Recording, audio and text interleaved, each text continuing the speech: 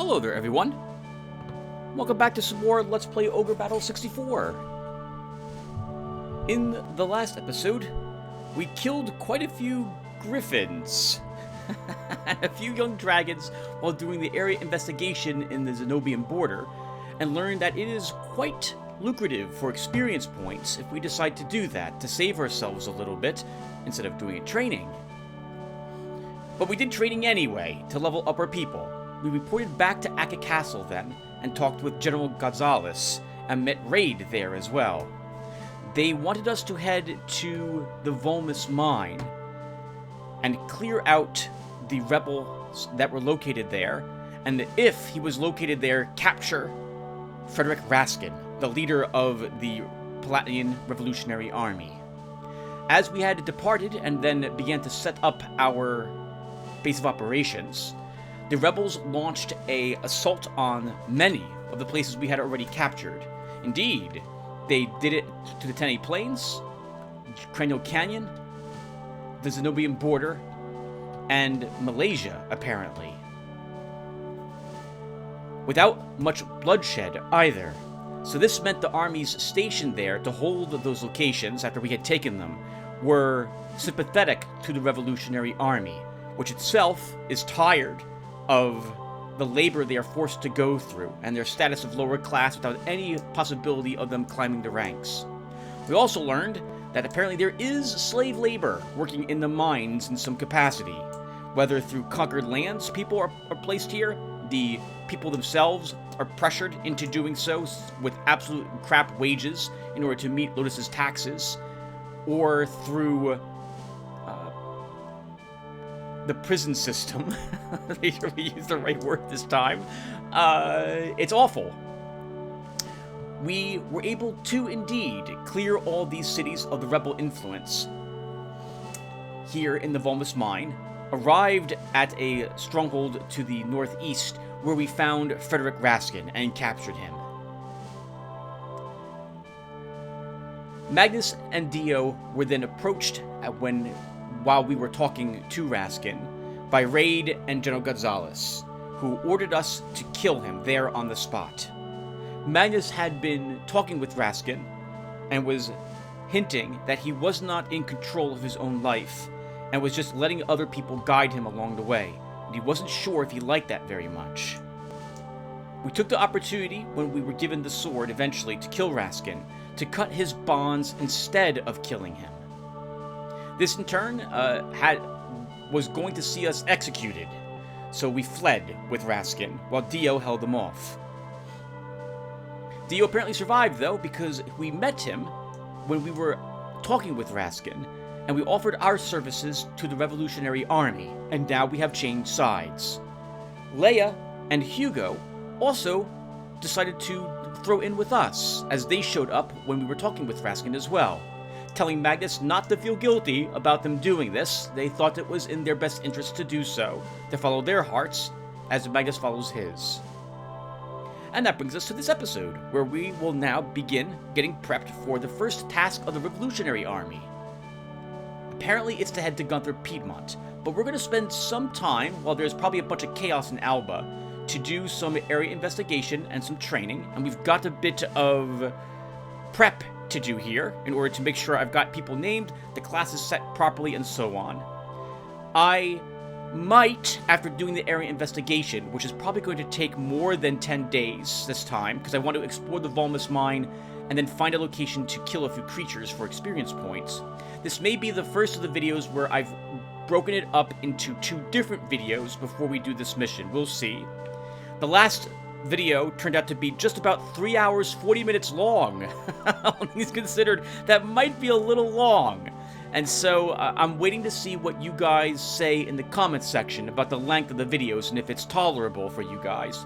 If it's too long, we'll break them up into prep and area investigation, and then mission allotment and completion in the second part. In other words, every single scene will take 2 videos, one video just being organization getting ready for the scene, and the other being the scene itself. Well, I'm going to wait. And as such, I also don't really want to record too much of this episode, before the last episode is uploaded. Today, the day I'm recording this particular part, is July 18th, 2022. And part 3 has gone visible, but part 4 has not yet. So there'll be about a week and a half before this video graces the channel. Or even till part 6 goes up. So that means I'm going to do some area investigation because I'm still really super addicted to this game. But there'll be no training or no investigation until after part 6 goes up. Alright, let me put a quick cut here. Alright everyone, let's go ahead and go to Army Organization. And the first thing we want to do is replace any of the soldiers that we lost. The next thing I need to do is make sure that any of our fighters or Amazons who have qualified for a class upgrade get it. It is very important that you make them into any other class depending upon their squadron needs. And even then, you probably should still do it. Then leave them as Amazons or fighters, because their stat growths are better as any other class than those two. A fighter, for example, if we want to make a mage, he needs a certain level of intelligence. Every male class in the game gets 2 intelligence whenever they level up, with the exception of the ninja, who gets 3 for the first tier classes, and the mage himself gets 5. So even if a fighter couldn't be a mage but could be a different class, you're better off making him that different class, so that this way he benefits from the other increased stat growth until you can get him to be a mage. So let's go to, we want to go to the class list, and we'll look at the dudes. So I am currently content with Jank remaining as a fighter because he's neutral. Actually, let's look at him really quick.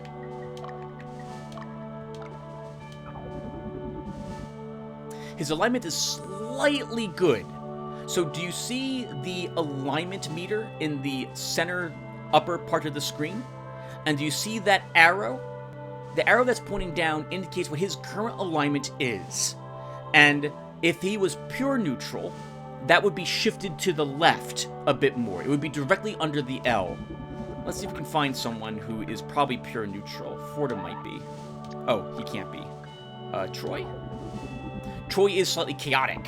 Okay, so that's not a good... Remy, how about you? Here we go. Remy is practically a 50 alignment. Dead neutral at the moment. That's actually kind of bad. We want Remy to be a little... Well, maybe he become a Vulcan at strict neutrality. I guess we'll find out in the future at this moment.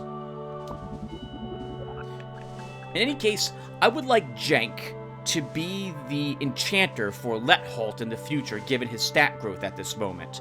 So we're going to leave him as our fencer here. But do we have any other classes? Let's see.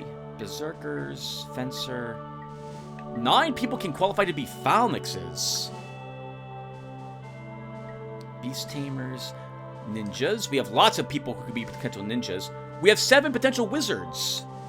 Okay, let's look for those. We have, I think, how many people want to be mages?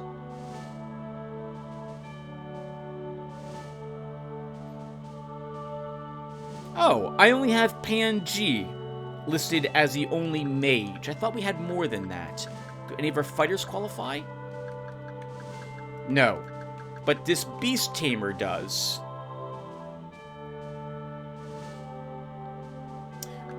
How about Beast Tamers? We have any fighters that can become a Beast Tamer? We do. Okay, so I'm thinking we're going to replace one of these fighters, make them a Beast Tamer, and put them into Dismas's army, while this Beast Tamer becomes a mage. So let's do it.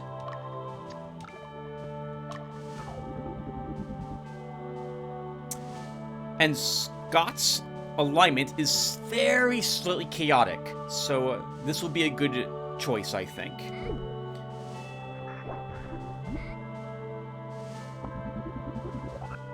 Okay. Let's see. So, we want to then change the class of one of these two.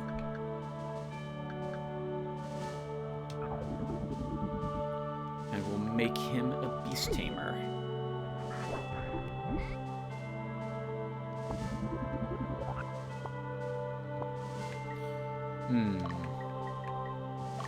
It's a bit awkward, this, though, because of the alignment differences we're going to do. Shotter's alignment is even more chaotic than this mage's is at the moment. But this army is being led by Dismas, who we want to be lawful. We don't want him to be neutral.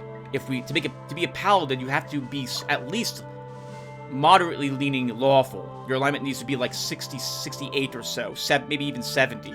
So this is awkward, but we'll leave it like this at the moment.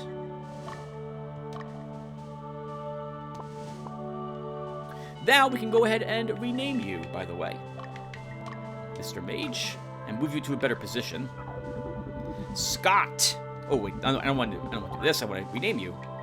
Oh hey, and while renaming him, we can also see about the other people in our army who we've earned so far. I think that's just Leia, who is a story-based character, and see what she says when we try to change her name, because she should forbid it.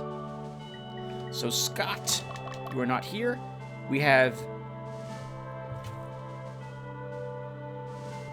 Genome, I think is what you wanted, Panji. I will double-check this before I go and do an area investigation or training. What am I doing? It's not Panji, Tim. You just said the name.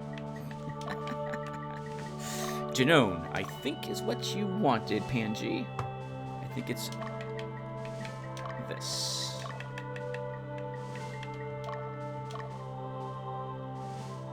All right.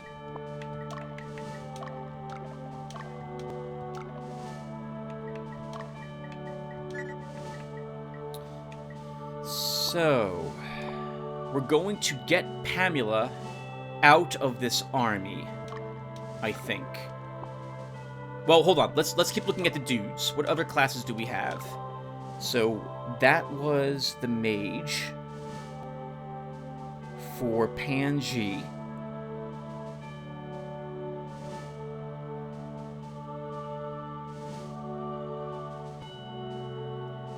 So I have Vin and Sig Sandro de Shannon. And Vin wants to be an Angel Knight, or a Gorgon, or potentially a Griffin. But I think we can wait until we can get an Angel Knight. You can get angels in your armies, but we won't be able to get one of those until, like, Chapter 3. So, Vin, it'll be a while until we have you in our army, but we'll make sure to get you. Thank you, by the way, for the information about Love and Peace. That will come in really useful to try to get one of them. A Love and Peace is an item you can use, I think from the map screen when you're fighting, and it will take an enemy unit and put it into your reserves. It will join you. I think that's the way it works. It's been a long time. There aren't very many of them. You can't buy them, to my recollection. I don't think an enemy drops them, but it's been a long time. But we will be able to use those to get angels to join our squadron. We'll probably only have like one or maybe two, but angels are tough to get. The only other way to get an angel, if you don't have a Love and Peace, is to let one of your female members die, have all the gear for the angel in your armory, and hope that the game rolls well when it gives you, at the end of a scene, and hope she becomes an angel. She could become a zombie instead. So, it's a real roll of the dice. It's not a good chance either. It's not like 50-50 if I recall correctly. I've never actually had an angel in my army when I played this back in the late 90s or early 2000s. It was just too much of a risk. I refused to take it. I'm doing less of babbling. All right, let's go back to list class. So now we're going to go to each squadron and look at each of the male classes, the fighters that are here, and see if they can become any of this. We could make Troy a different class, but I kind of want him to be that phalanx at the moment, so we're not going to change him. Ivan's too low level. He won't... At level 4, he needs to at least be level 5 to have a prayer of changing him to something different. Okay, so what are we going to make you, Nathan?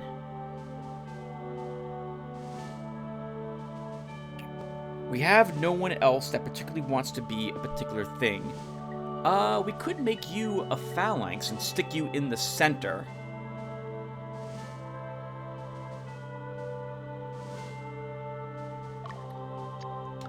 I think we'll do that at the moment. We have all the gear for it anyway, so let's do it. I can count on one hand the amount of times I have actually in the past made another phalanx. I tend not to use them. And I think it was because, well, I say, alright, once again, everyone, I say tend, right? As if I played this game beyond, like, if I play this game all the time. I haven't played this game again since, like, the year 2000. 2001, potentially. So it has been a long, long time since I've played this game.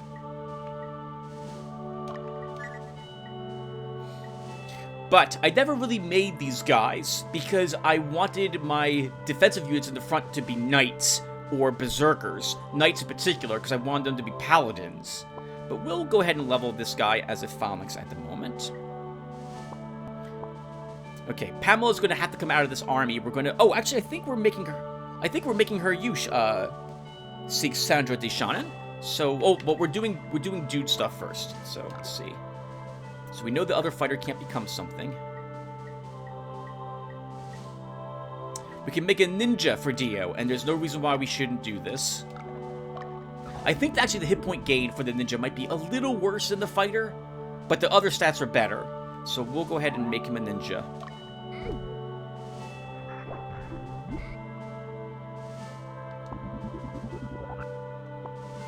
Ninjas, by the way, can never lead a squad. They're the only upgraded class to my upgraded human class that I believe cannot lead. So if Dio drops dead, that ninja won't be able to be promoted to the unit leader. Stop. Go to here. Nope, go to here. List class again. We're doing dudes first. Oh, hello? We can make another ninja over there. There's no reason why we can't do this. We will have to buy all the gear, so that's the only bad thing about this, but we're going to do it.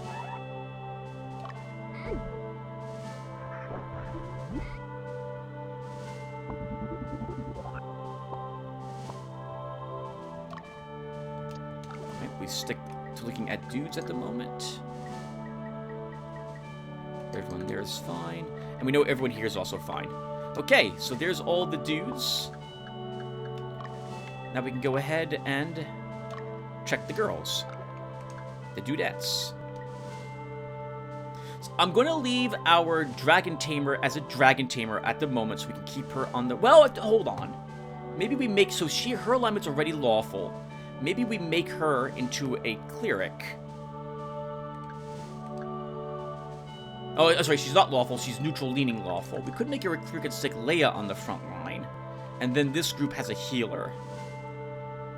You know, I'm going to do that. If we have all the gear for a Cleric. We do not. Alright, then let's not do that quite yet. We have a Cleric down here. Magda. But Magda could become a different class.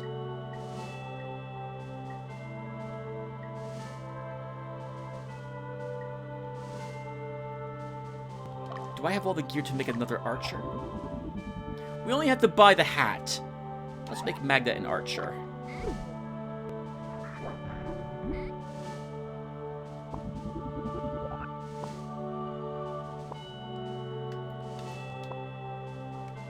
Then I want her shifting position.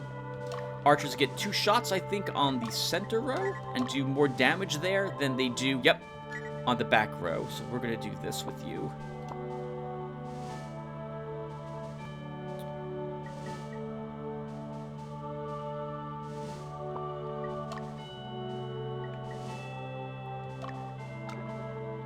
Now that gives me her old Cleric outfit, so we can now have Prumia be a Cleric.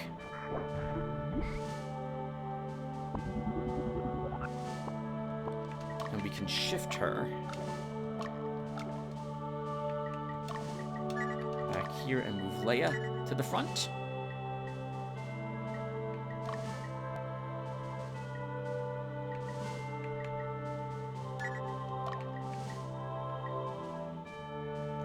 Guess we'll keep you in the back like that. Okay, so back to other girls.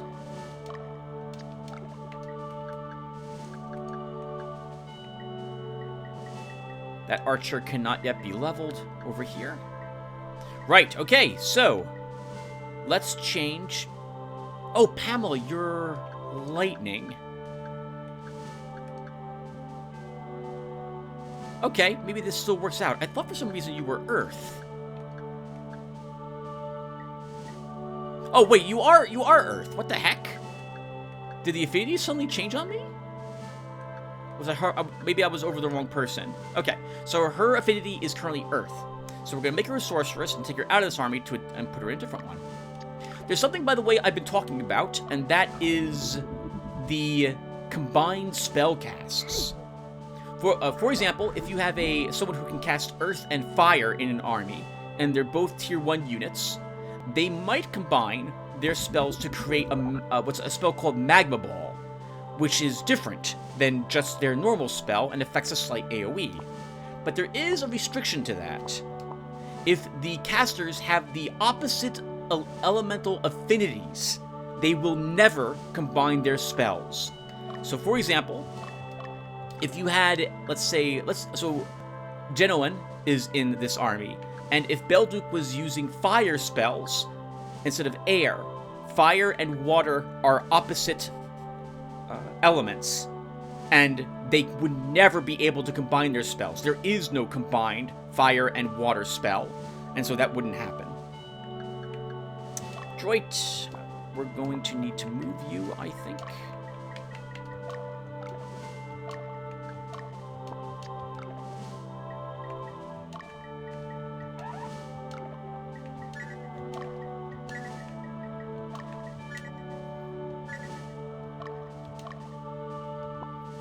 Okay, and then we change.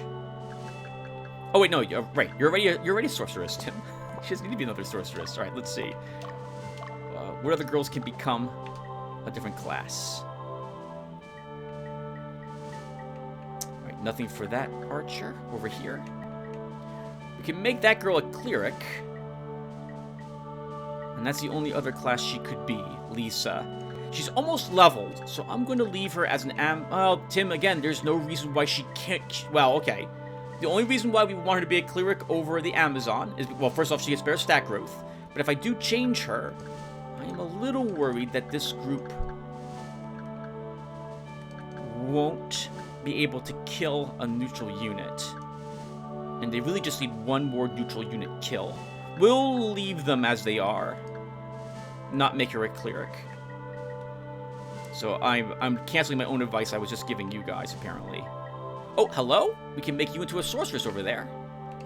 Sure, Jessica, let's do that. I saw that. I wouldn't mind having a witch in our army, but we can't do that yet.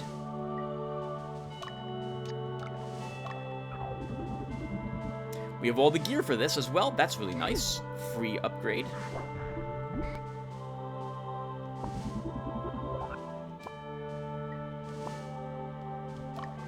And the last slot... There's no girls in this group. I don't suppose our Hawkmen can upgrade. They cannot. Okay. Let me double check all the the items on our characters are on our squadron. Sorry, is efficient enough at the moment. And all our squads are in a good spot. Next, equipment.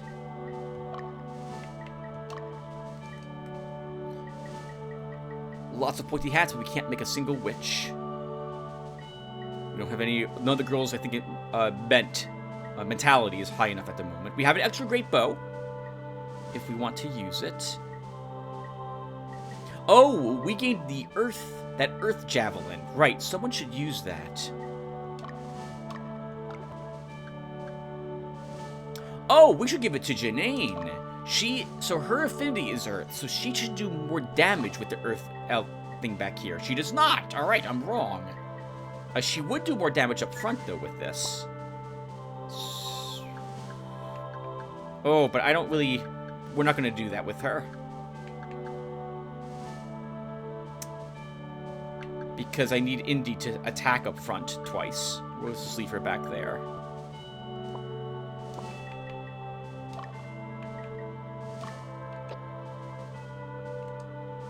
Okay, so we don't have any other weapons, no spell books, no other shields we need to equip.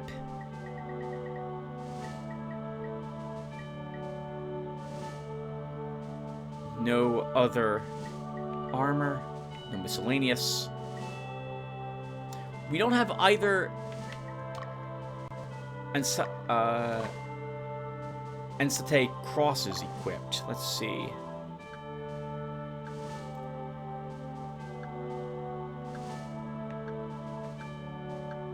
We do have plenty of dudes at the moment.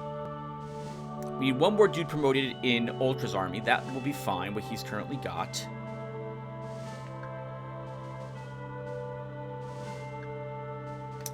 Let's give one of those to Magnus's groups.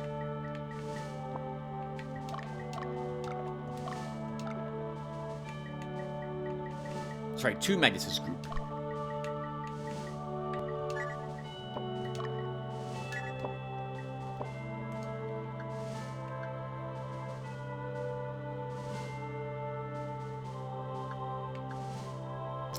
Fordham can have the other one at the moment. We'll get some more girls in our army.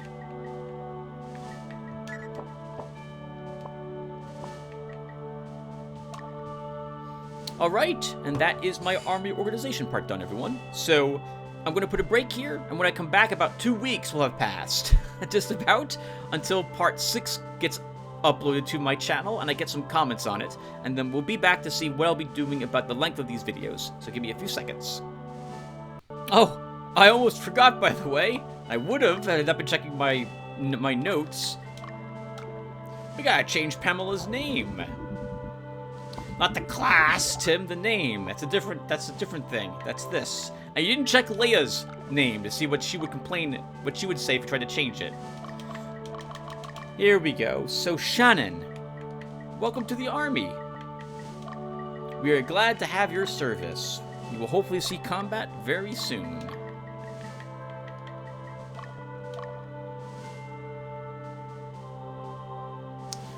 Okay.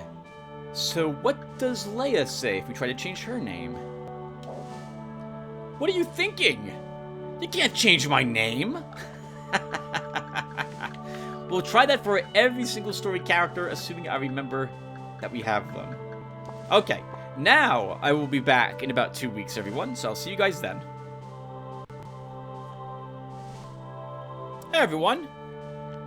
It's been 3 days since I recorded the first whatever it was for this video, however long that was when I cut it and said I'd be back in 9 days, and I really want to play more Ogre Battle 64, and so I came down here to the Zenobian border, and I did an area investigation here to destroy some griffins and look for some young dragons, and I actually recorded myself talking for a while, but after like 30 minutes, and we were on day 5, and we hadn't fought anything yet. So I figured, you know, I guess we're not having an encounter down here. So I just stopped the recording and decided to just wrap up 7 days. And then over the next 5 days down here, I fought about 5 griffins and 2 young dragons. They all showed up at the end of the episode, as it were. Well, episode's the wrong term to use. The wrong... it wrapped up as I was about to leave the area investigation. Then I hung out for a little longer, and more showed up. It's like you go out fishing, and nothing bites for like the first 6 hours, and you decide one more attempt. And then suddenly you get a bite, and then you get a fish, and you keep getting fish. And you're like, well, I'm not going to leave now. Now the fish are biting, so you stick around and stay. But I had stopped the recording. In any case... I want to do it again, because we need more experience points. So we're going to do another 10 days of exploration down here in the Zenobian border. I will record this, whatever happens, and then we'll come back up here to the Volmus mine to area investigate this location. And a heads up that at some point I missed it. We had our birthday occur. This was before the insurrection happened, so I think this was when we freed Frederick. So we had a birthday, it looks like probably during that event. So we should go and take a look at Magnus's birthday. But we'll do that before we explore the Volmus mine. Let's go back to the Zenobian border and do another one of these. Let's go back to, as I said I was just about to do, back to the Zenobian border, not the organized screen, and do another 10 days here. Okay, so the only person who doesn't really need the experience points is Magnus. His entire squadron, with the exception of those soldiers, obviously, are level 7. And I don't feel like we need to send him out. The bad news about not sending him out is that this means that is a slightly less chance we have an encounter. I think that's the way it works.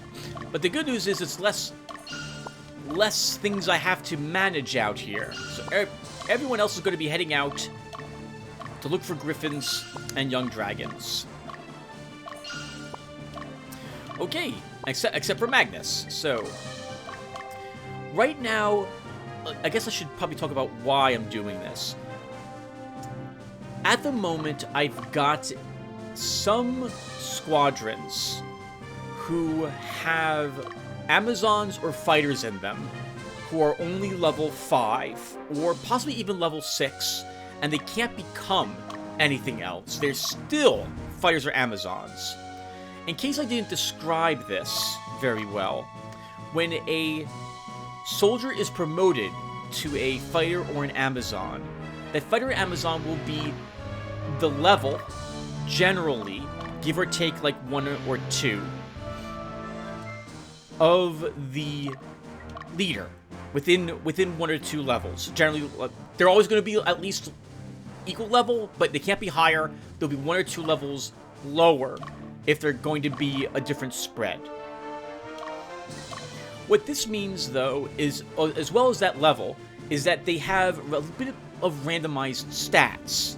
And so you could have one fighter who at level 5 could become a knight or a ninja, whereas another one, and we have a few of these, have to reach level 7 in order to have that occur. It looks like probably one of our low-level fighters has to be level 8 before they can actually promote to a new class.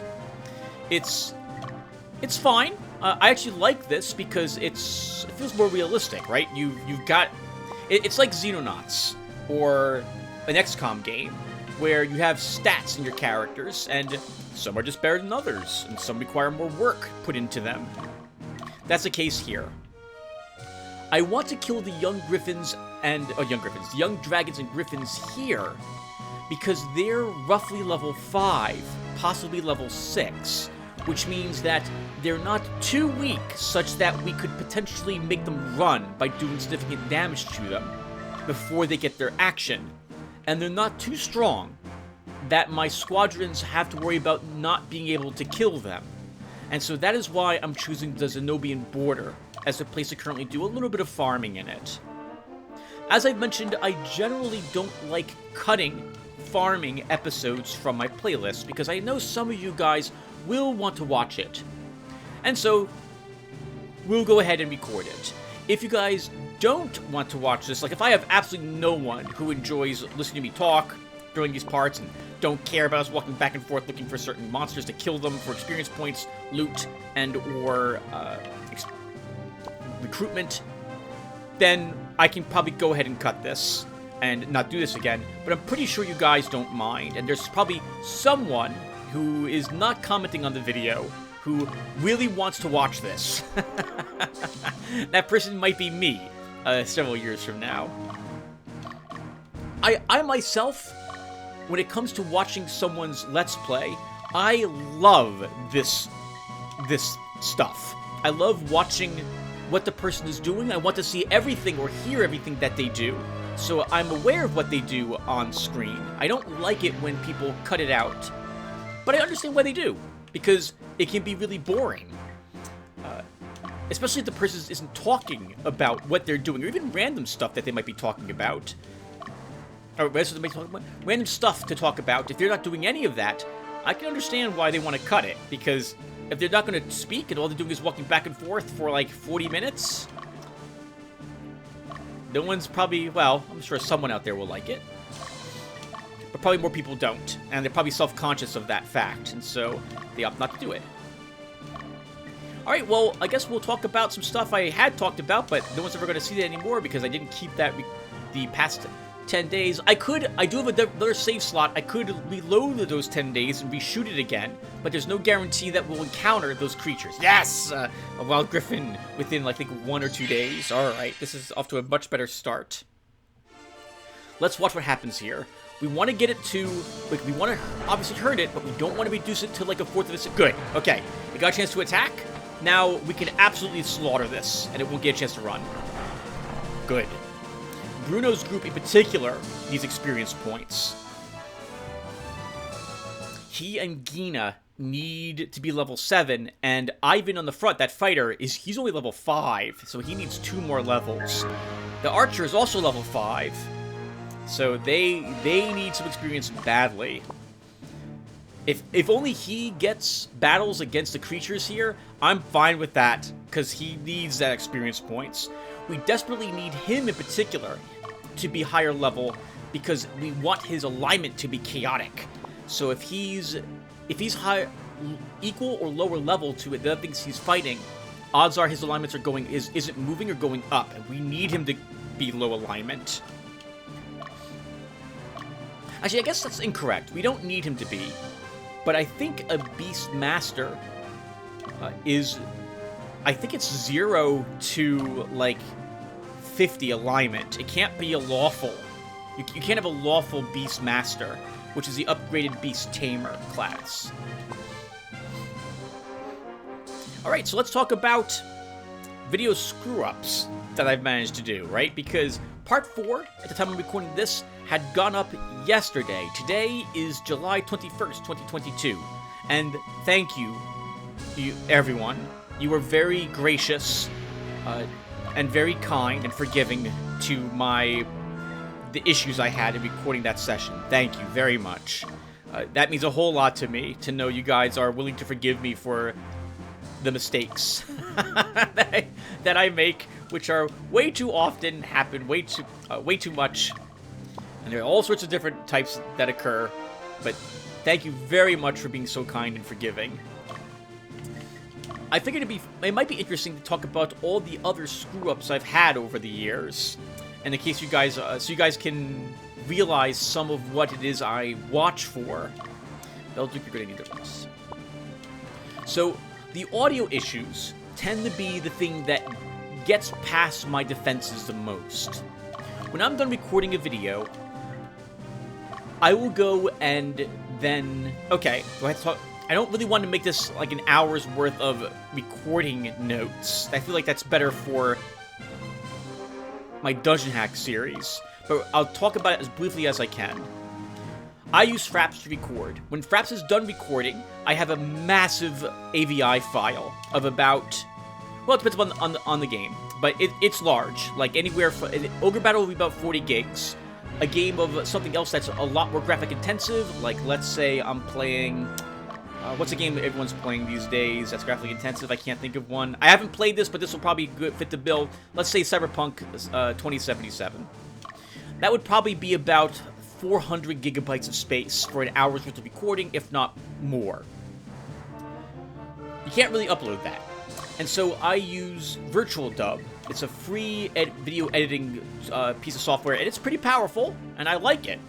In any case, I will take that massive file, throw it into Virtual Dub, run it through... Yes!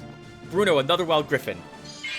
I'll run it through Virtual Dub, through my DevX codec, and at the end of it, when it's done, and in case of like 2077, that might take 7 hours to do, I will have a video that is only about... Oh... If it was for 2077, it probably be about 16 gigs instead of 500 or 400 gigs.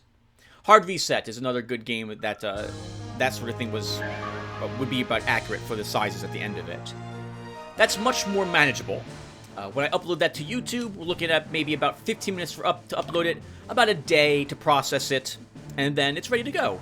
You can't really upload a 500 gigabyte file. YouTube's gonna not let you do that. Or if it lets you do it, it would take an age for that video to render to anyone who wants to watch it, and it's basically unwatchable. So I do that to every video that I record. I record it with Fraps, generally. I throw it into Virtual Dub, run it through my codec editor there, a compressor, to make a much more manageable file. Well, after I'm done with that file, will be when I go and check it. I should probably check it earlier, but the video software I have, which is basically like a VLC or what have you, will stutter sometimes on these massive files, so I don't mind running it through Virtual Dub first. So I go check the file that's done, which will be the file that you guys get to watch or listen to. And what I'll do is I will check it at the very beginning, waiting to hear my voice. I'll check it somewhere in the center of the file to make sure that I'm still talking there and what's happening on screen matches what the audio matches. Hey, Bumba, Young Dragon, good luck. Let's see what happens here. We may scare it away because we want to hurt it, but we also don't want to hurt it to the point where it runs. Ooh, Aloe really likes you, Lerman. No, this is Remy. Remy's there. Good. Hopefully we can kill it. We'll need everyone to hit it. Excellent work, Bumba.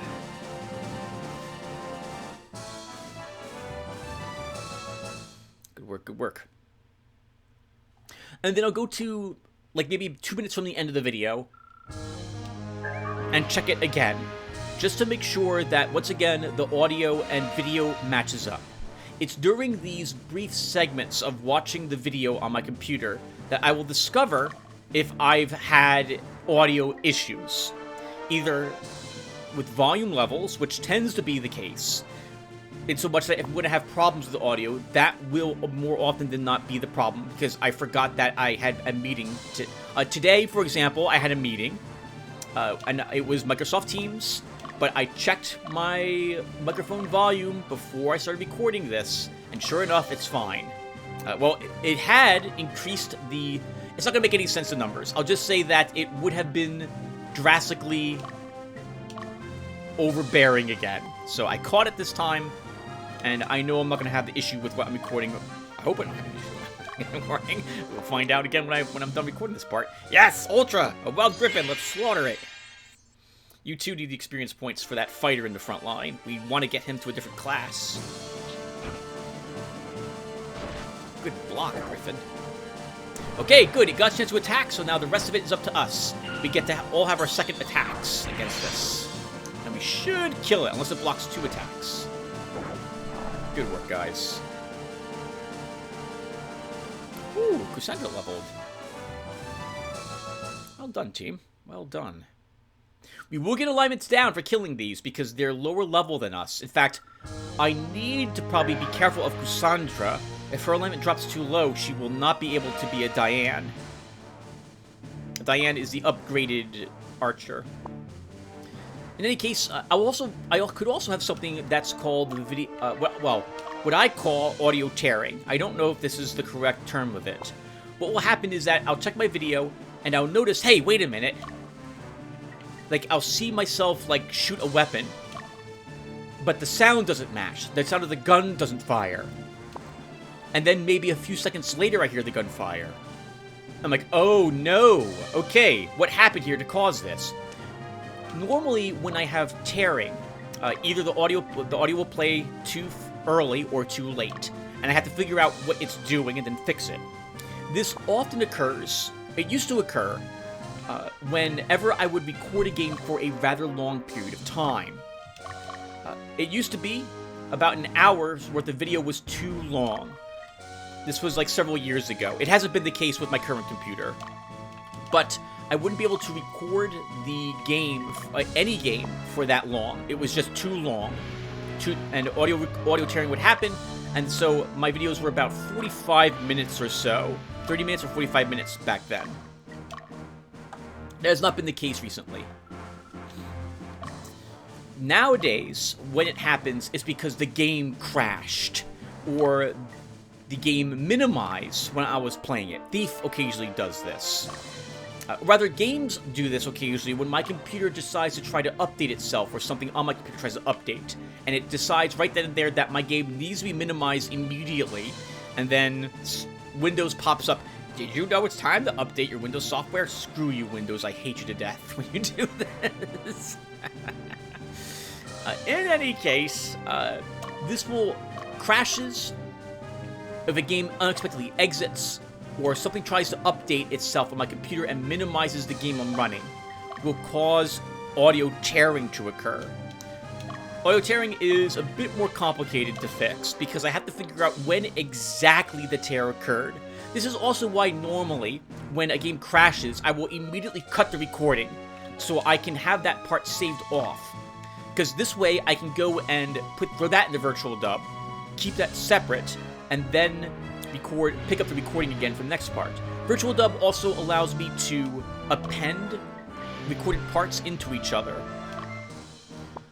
What that means is that when you'll note that I occasionally say, hey, I'm going to put a small break here, and like the video jumps a bit. That's because I hit start and stop on my recording software. This is because this breaks off the big, massive recording file at that point. I can then either throw that part into virtual dub separately, or tell virtual dub, hey, add all these parts together in this order, and then compress them all down into one big file right then and there. Yeah, Bruno, another Griffin. You really need these Griffin battles. I'm glad you're the one getting them. Once again, we want to hurt it. We want it to attack.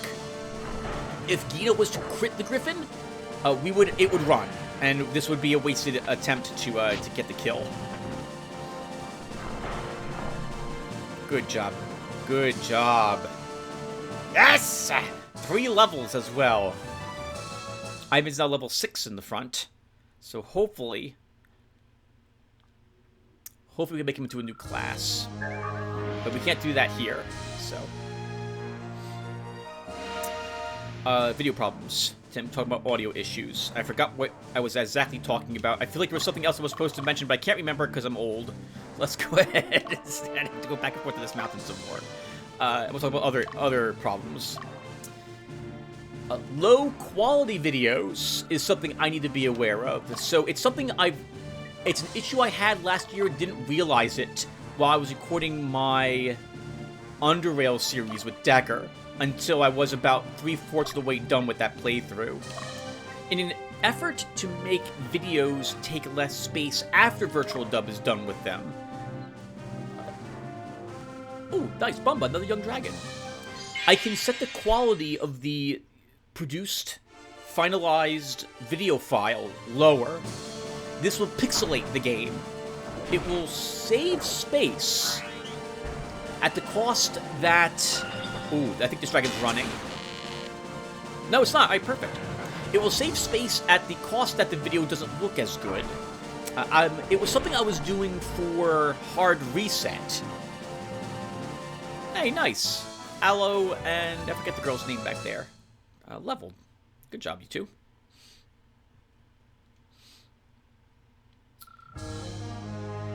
But, it was a mistake to do it. I had tested it out on 2 files, and it was acceptable, but I meant to put it back to normal quality before I recorded more Underrail and forgot. And for months I forgot. And about 70 videos went up for that series, with it being in a poor quality. No one seemed to mind very much. I think it's mostly because you can still see what was going on, but I hated knowing that it was like that. I hate when I make a mistake of that sort. Way back when, a problem I used to have was that I didn't realize that when it... Okay, so I described briefly that you can tell Virtual Dub, hey, here's a bunch of files, go ahead and add them in this order. add them all together, make one big file out of all of these files. I didn't realize that there was an option in Virtual Dub, which if the video files are named similarly, and you suffix them with a number that is incrementing logically, like let's say I record a video, and I have that video called Ogre Battle 64 Part 1, and I have another video called Part 2. Let's say I do that, right? And Part 3 and Part 4. I load Part 1 into Virtual Dub. I then say, hey, add Part 2 to that. Virtual Dub says, oh, I see. You want me to add probably all of these together. Okay, I'll add Part 3 and 4 automatically for you. I didn't realize it did that. And so I would then add Part 2. I would then add Part 3. I would add Part 4. And Virtual Dub was like, alright, fine. I'll go ahead and add Part 1 and 2 and 3 and 4 and 3 and 4 and 4. And this was many, many years ago that I had done this sort of thing. I didn't realize at the time, and I eventually discovered it when I was trying to watch Ultra, another Wild Griffin view. I eventually discovered it while I was watching my very, very first Half-Life 2 video series on YouTube. And I saw, like, the end of the chapter, but I still had, like, another, like, hours worth of video to go. I'm like, what? Why? I finished this chapter, and then I saw it replay a bit of that chapter. And then I knew. And then I knew what was happening. And of course, this happened on several different series of mine from ages ago. And so, another good reason to delete those videos because of how awful I was at checking my recordings back in those times. You have the dreaded case of issues when it comes to recording when it's not really your fault, it's the game's fault. There are some times when a game crashes, and, well, you can't get the recording file from it.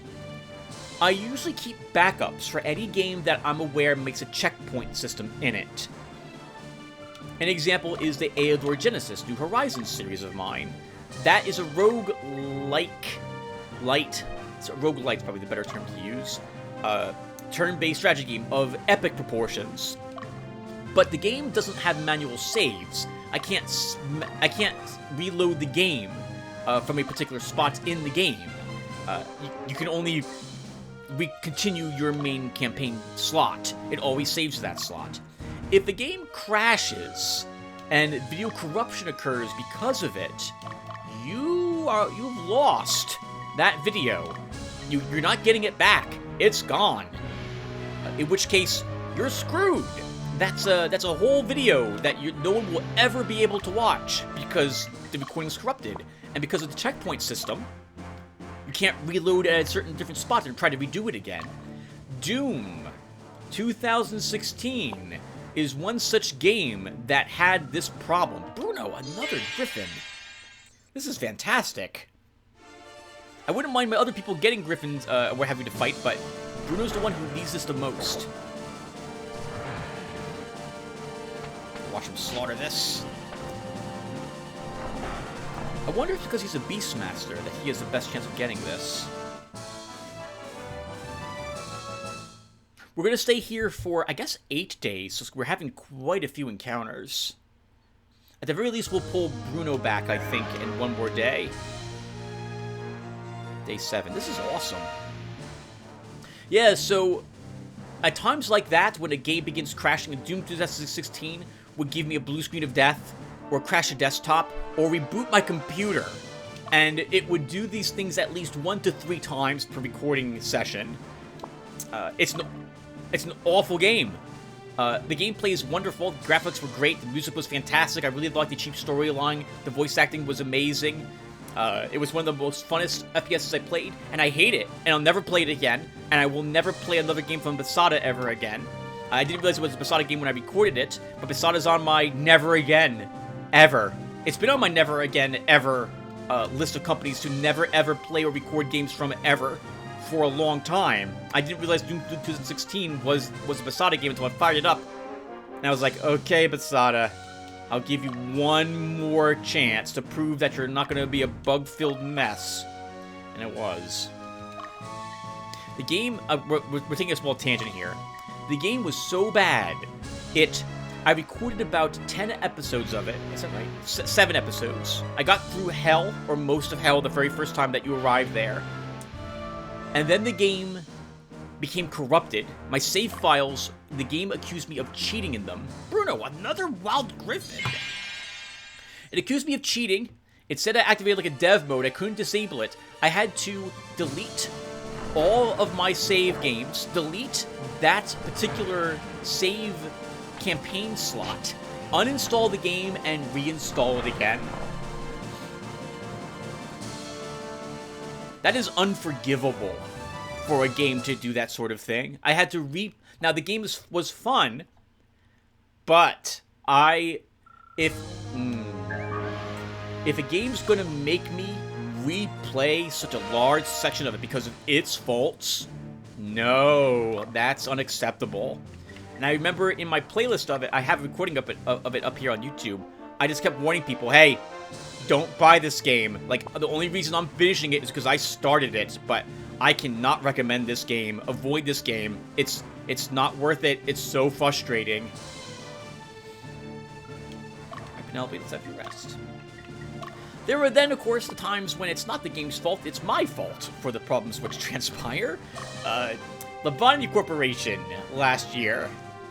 I had woken up early, misnamed one of my recording files, a part that I had already uploaded, thought that it was already done, and deleted the local file on my computer. I realized only afterwards my horrific error, because I lost a video, and at the time, I wasn't recording Lotaeri Corporation. I wasn't backing up the save files for Lotaeri Corporation, so I had no way to restore it. It's the dreaded lost video in a series, which is for part 4 when I uploaded that to YouTube. Oh, Fordham gets a wild griffin. Let's go, Fordham. Let's see if you can handle this. I think you can do it without scaring it away. It'll be a little tricky. Good. That guard ensures that it won't run. If Troy had actually hit it, it would have ran away. Good job. Experience points for you. That's Lerman in that group. I might have to switch archers. I have to get Crusandra into a lawfully leaning group because she's losing alignment quickly. Now, let's have you move up here.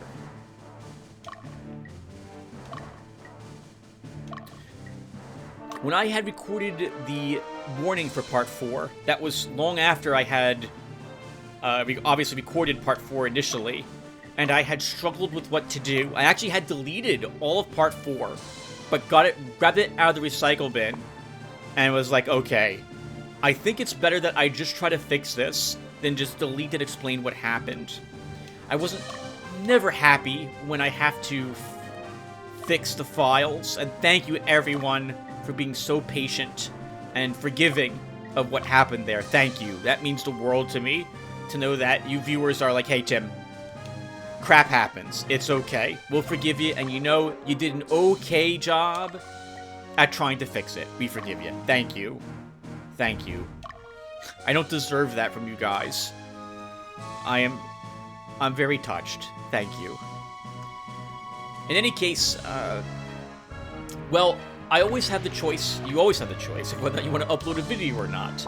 And so, well, I figured it would be more entertaining to watch what I had done. I sliced off the area investigation bit, and figured this will be, if I can get the audio down, and I know I can explain to you guys what happened via the warning video, the introduction there, and you guys will understand what happened to me in the video, and hopefully it'll be okay. And sure enough, it was. I haven't had the issue with part 5 or 6. This is part from on my hard disk, this is Ogre Battle Part 7, Part 2 that I'm recording at this moment.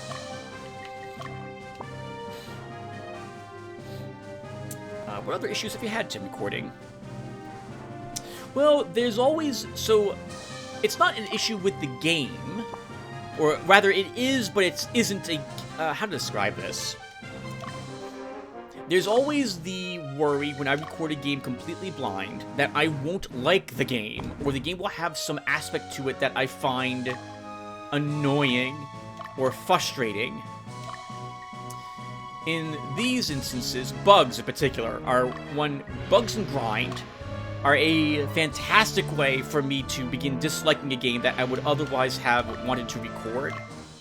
And normally, I will know this after like about a few hours into the game. Sometimes though, if I'm not sure, I'm going to want to play the game. Bruno, another griffin for you. This is fantastic. It's also, the alignments on all of these troops are going to drop dramatically as we continue to kill these lower level griffins. Oh, you know what? Hold on. We're going to take a small... No, we'll talk about... Yeah. No, I'll talk about it in Volmus Mine. It'll become more obvious there, because I think I know what we can encounter or recruit in that location. Okay, Bruno, when you're done with your hiking, we're bringing you back to base.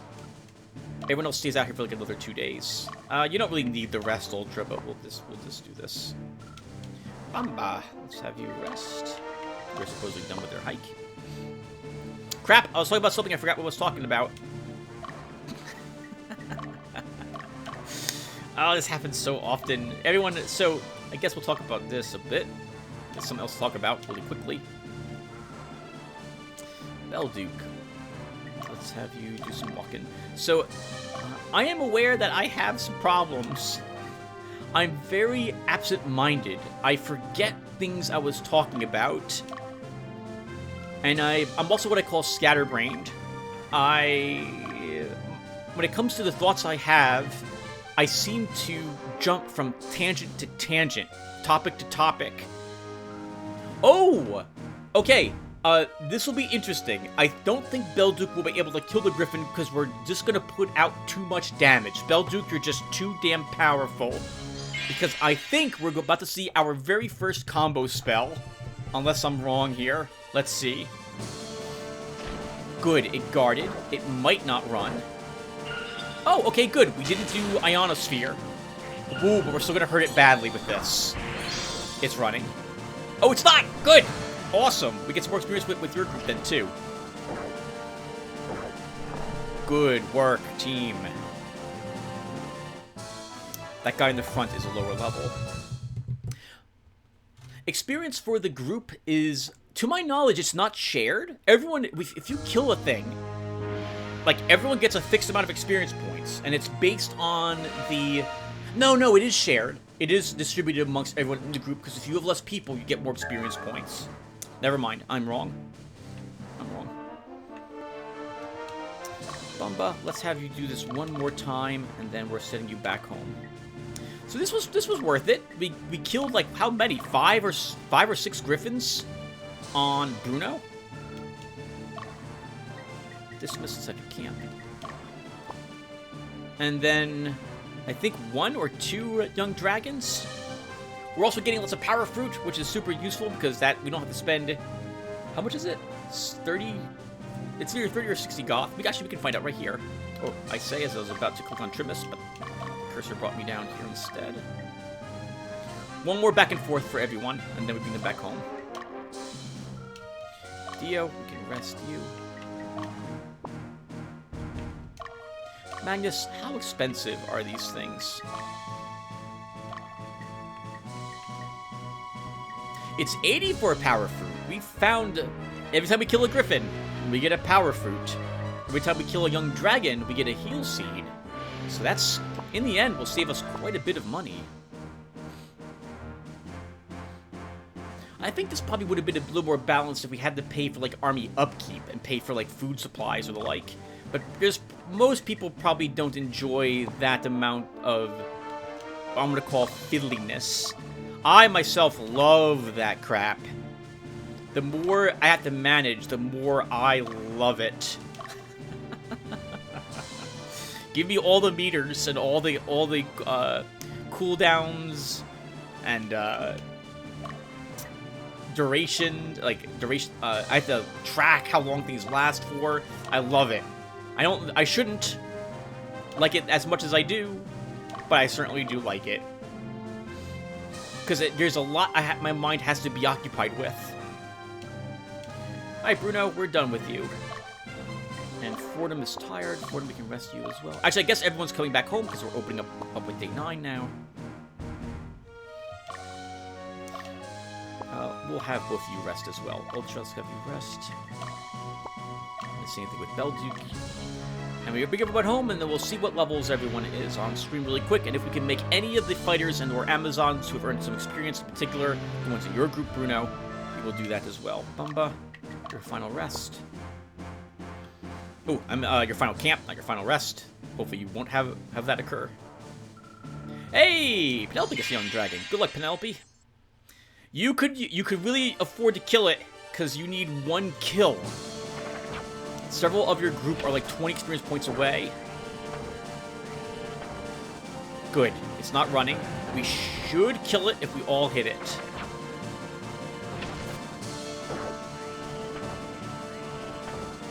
Nice. Oh. We gained 16 experience points on the people who needed 20. That's not enough. Alright, Penelope. Well, we'll hopefully get another battle with you.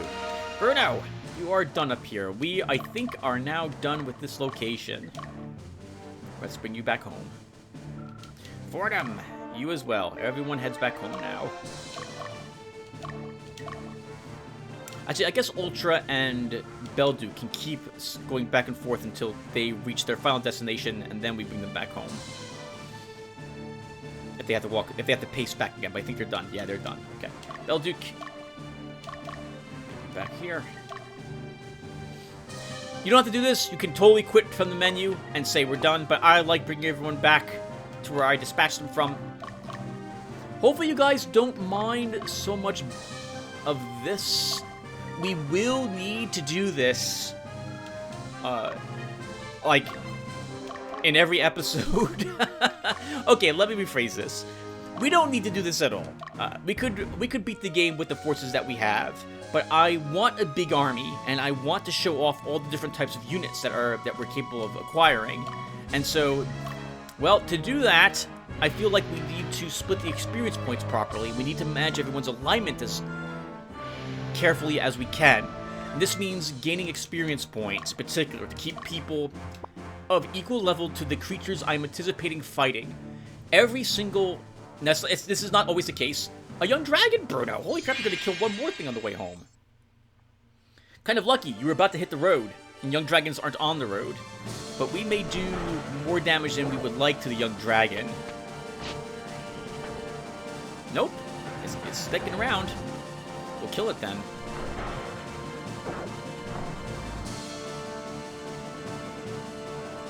Nice. Another level on our Amazon there will guarantee she can probably be a sorceress.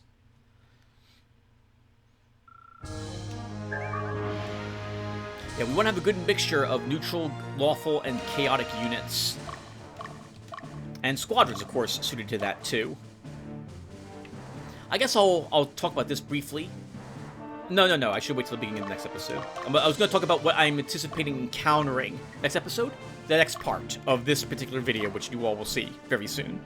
When we investigate the Volmus mine, I'm anticipating that we will find undead there. Undead can be extraordinarily useful if you've been having issues getting... They're useful to kill, because that's alignment up on your forces, depending.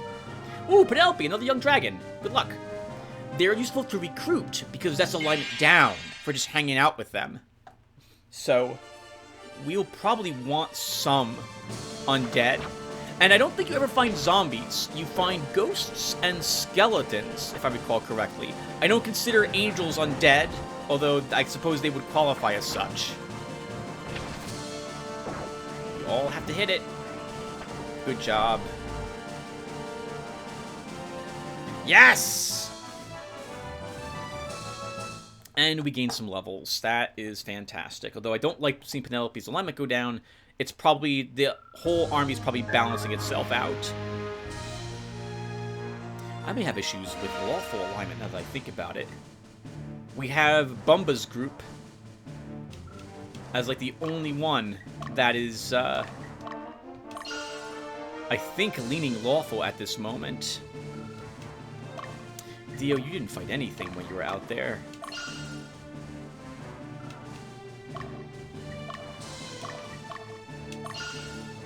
There's a small chance we might have an encounter on the forest, on the grasslands between that road and our stronghold, but we did not today.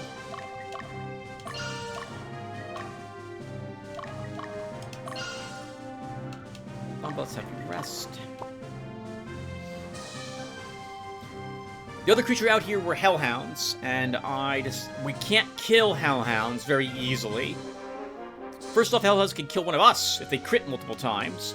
Next, because the hellhound gets 2 attacks, that means that it has a second chance to decide to flee if it doesn't like what's happening to it. You kind of have to, if you want to kill a hellhound for its stuff, experience points or loot, you gotta do it before it gets a chance to act a second time. Which is not too difficult if you've got a witch with you who could potentially paralyze it or sleep it. But it will be very difficult for you without that. Or some other unit which is capable of doing so, like the high-level end dragons. I really want to get one of each dragon type in our army so you guys can see them. Oh, there's one more thing I haven't talked about yet. I guess we'll talk about it in Volmus Mine more. The Dragonite spells.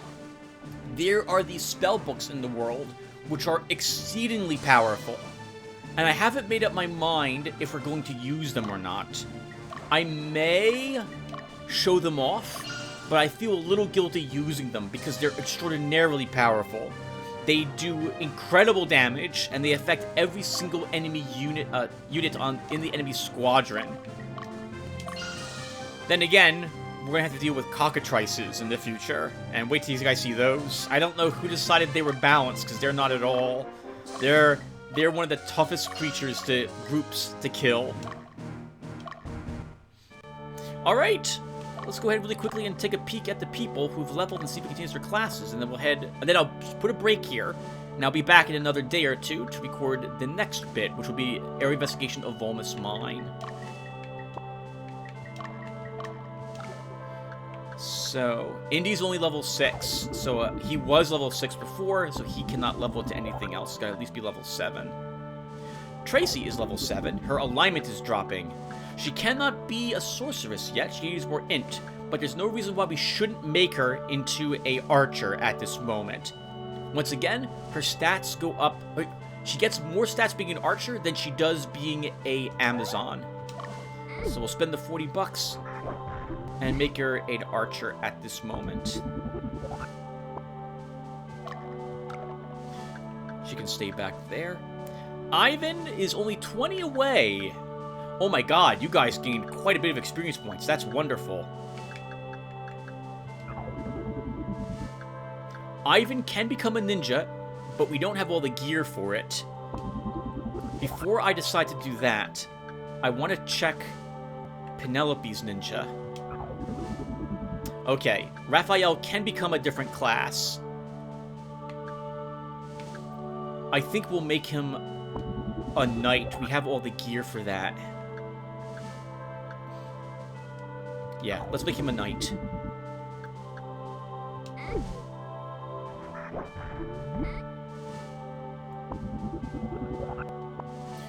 We can quickly change formation here and move him in the center. He has better defense than these two and more hit points, so Raphael should be in the center. That now lets me change Ivan to a ninja, and now we have the gear for him as well.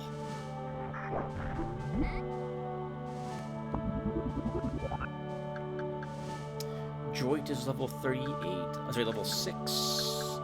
Neither of these leveled, so we're going to have to leave them alone. Muller did not level. Malon... No, no one here even fought. Okay. Lisa's level 7. We have several choices, but we don't have any gear. We are lacking gear for these. What's your class consist of? You're going to be a good aligned group. How about... Butterfly's only level 5. We need damage. So Lisa can become an... Her alignment's leaning slightly lawful.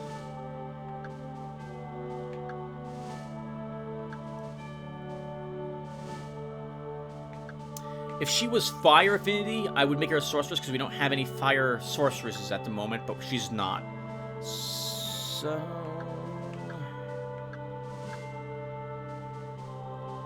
I feel like I need the damage.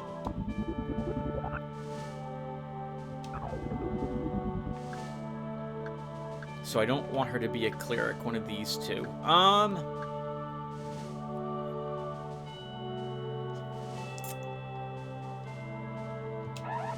Archer.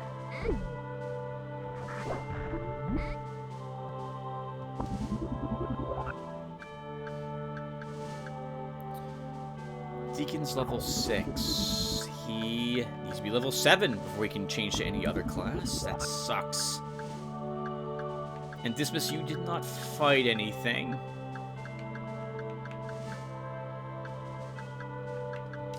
Droid, you can't level, you can't level. Okay, so that does it for that area. Let's also quickly give some more equipment to some folks. I guess we can give this another power fruit to everyone. We've picked up so many power fruits.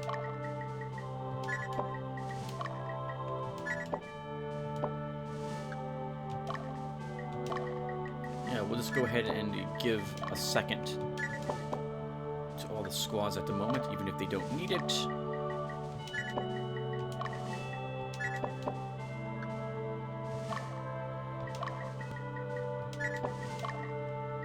Oh, I have Altars of Resurrection to place on people.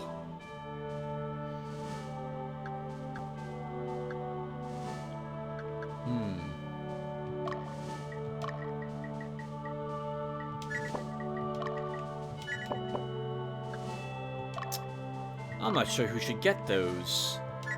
I guess we can give one to you, Bumba.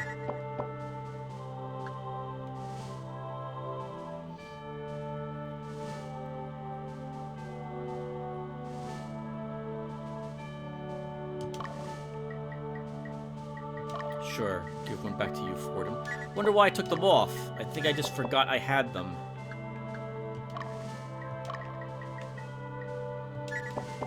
We also have more heal seeds. We should give a heal seed to someone in case we need 300 hit points restored for some reason. Okay, we just need more quick gates in the future. By the way, you can sell gear. I don't know if I told you that, but we can go ahead and sell stuff. You get a fraction of the cost of it, but if you don't need them any longer, by all means, clear them out.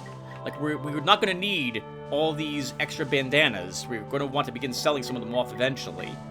At the moment, though, because we can still have classes level into Amazons, we will keep them. But once Chapter 2 rolls around, we will begin getting rid of some of the things we're just never going to need again.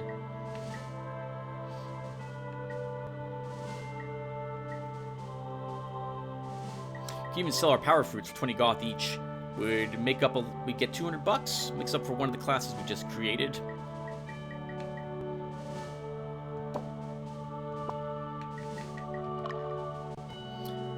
Alright guys, so I will be right back. I'm going to put a little break here. Alright everyone, let's go ahead and begin now exploring the Volmus mine. If you skipped the Zenobian border area investigation part, I'll summarize it for you when we get started on this one. So, in the Zenobian border, we spent 20 in-game days there, and we what did we find? We spent, so although we spent 20 in-game days there, we did take some days to travel there and back to this location again. So I think it was roughly about 18 days all told. And I didn't record the first 10 days of us exploring that area. 7 days had elapsed just about, and I didn't have any random encounters, which is weird. Normally I get at least one in like the first 3 days, and I thought that, oh, we're not going to get any down here. Well, no one's going to want to just watch me walk up and down the mountains and talk about random stuff without anything else happening, and I felt like that was a little too boring, so I decided to not keep that part on screen.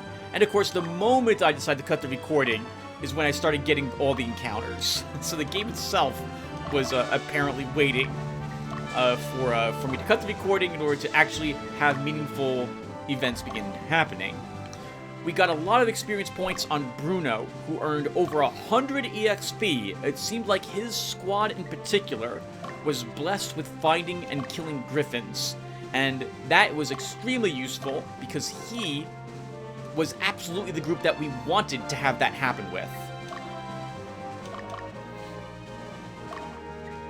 We got quite a few power fruits, we got a few heal seeds, we fought, I think, a total of 12 griffins with Bruno's group over a few of those days, so that worked out extremely well. Now we're over here, back at the Volmus mine, and we are, obviously, heading out to visit all the cities. Everyone starts going to their own particular city. Ultra, let's get you out here. And we'll talk a little bit about this location, because we've been here before, right? Yeah, we were here before. Long time ago. But things are now different here than the last time we were located in this area. And so this gives me an excuse to talk about area investigation a little more. To my recollection, and I could be wrong about this, and I'm not going to look it up, I'm going to assume I'm right, which is the best way to do this sort of thing. Oh, stop! Someone should talk to Hugo. I guess we'll have Bumba do that when he's done hanging out at the city here. I'm now at the target location. Alright, Bumba. Let's have you visit the Sinnoh. We'll talk about area investigation afterwards. I don't know what you had in mind. You've betrayed the crown for the Revolutionary Army. But what if they rejected your offer? No, that's a good question. Yeah, what if we decided... So, we didn't have a choice but to ask them, since we thought we were doing the right thing. It's a good thing that Frederick Raskin is a bit of an idealist and doesn't care about our past as long as we're willing to throw in with him. Could have been a useful thing if we were like a spy working for the crown to do what we did, to infiltrate them, but we did have their leader, and I'm pretty sure with Raskin defeated, I think Gonzalez was correct. They would have been reduced to a mob. So, area investigation. The creatures are going to be the same in every single area, I think, until you have another quest in that area. Not every single area will have another quest associated with it. Some will be back there multiple times. For example, there's one area, I think Dardanelles is it, where we'll be fighting there 3 times in chapters 1 through 3, I think. Others will be only once. And every time you go back to an area to complete another scene, the creatures there will change, or they'll be higher level, or everyone in the cities will have something new to talk about. So we're back here to talk to all the people, in case there's any sort of like random encounter which occurs that we don't want to miss. We also want to see what new creatures are here, and since they're higher leveled, they could give us more experience points if we fight them.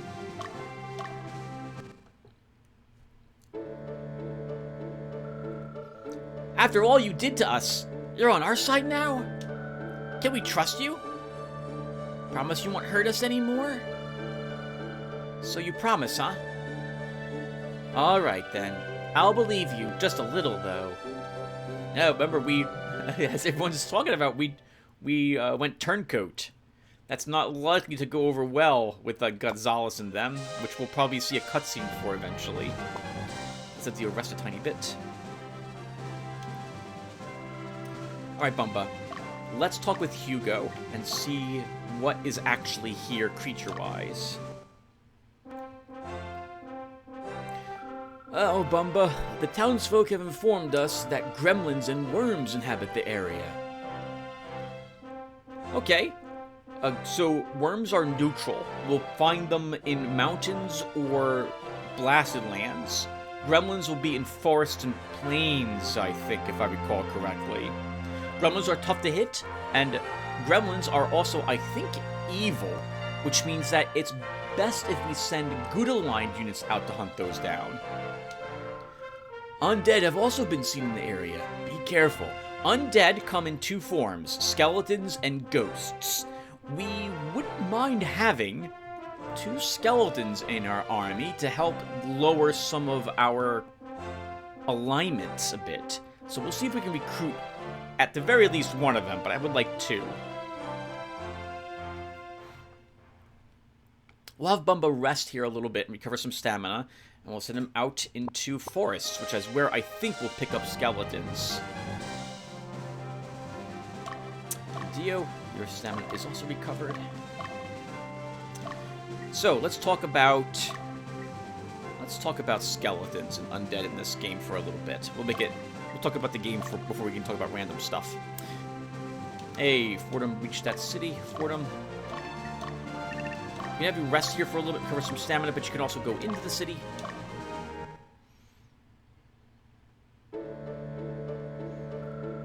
I'm glad to know that Sir Frederick is all right. He's keenly perceptive and can lead us to a bright future without putting us at risk. Well, he may be able to, but your other forces probably can't. She sounds like she's a bit idealized herself. But it's good to have faith in leadership. Let's sit there for a bit. Undead. Undead, in order to defeat an undead, you must destroy them. You must either, to my recollection, the way it works is you must destroy either the entire army, so there can be nothing left standing at the end of the battle on the enemy side, or... Oh, a Hawkman. He's going to be higher level, but Dio, you're going to try killing him. Alright, so there are Hawkmen on the roads. Let's see if we can actually kill this guy.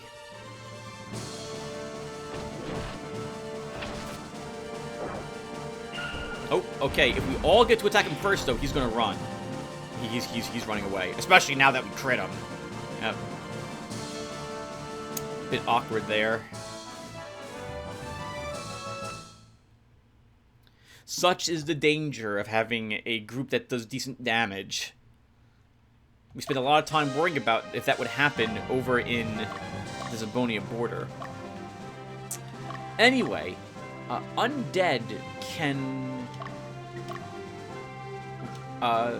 will regenerate themselves if you do not get the last hit in against them with a blessed weapon. Oh, but you're gonna rest there as well. Gordon, how you holding up?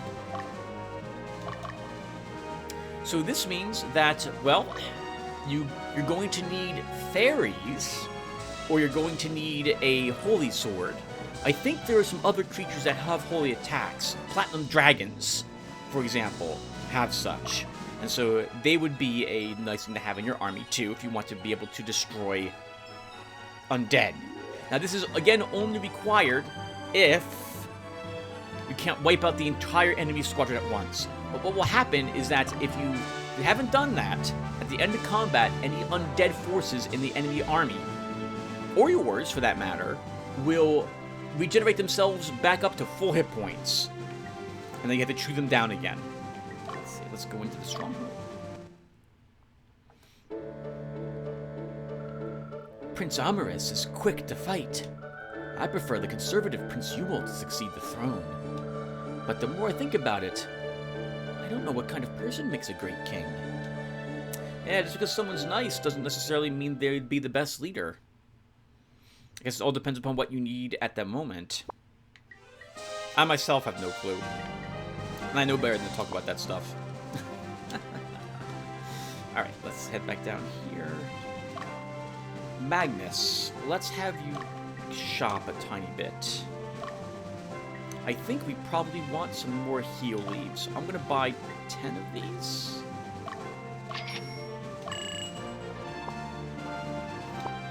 I'll hang out there and rest a little bit. That's good enough. And then, Magnus, I'm going to have you walk back and forth between these cities and hunt down hawkmen, if you can find any. Belduke, let's see what's happening in Isharo. Your actions will affect our future, for better or for worse. I should do something too. People down here seem to be really motivated to try to do something to change their lives. And again, they have awful lives, right? We haven't seen slaves, but we've gotten pretty much the guaranteed. We've gotten pretty much confirmation that that's what's here. We'll have Penelope. Penelope? No, this is Belduke. We'll have Belduke head to the mountains for a bit.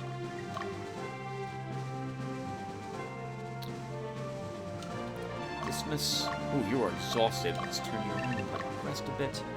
Anyone else not moving? Penelope, what's happening here?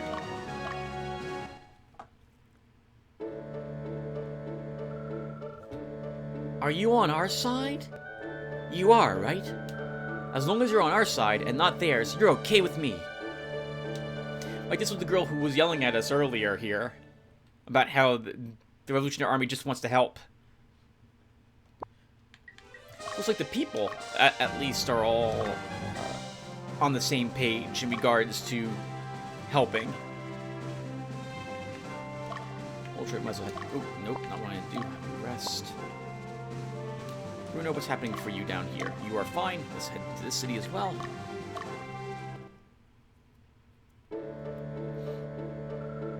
It's good to know that someone cares about us.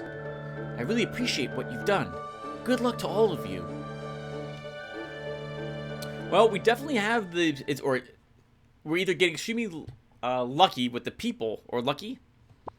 That's the proper word to use. We're either getting very... I guess we'll use lucky. Lucky with the people we're talking to, and that they all agree with the Revolutionary Army.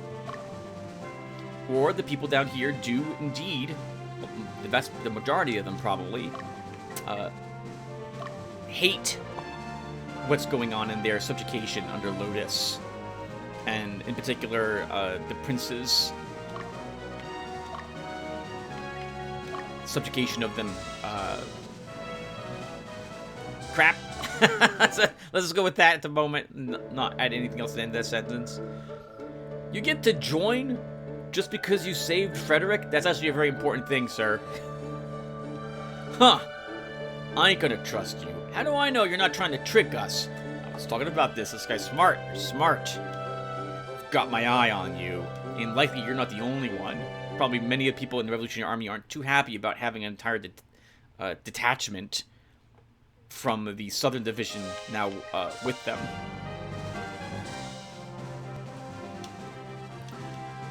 Alright, Dio, we rest you.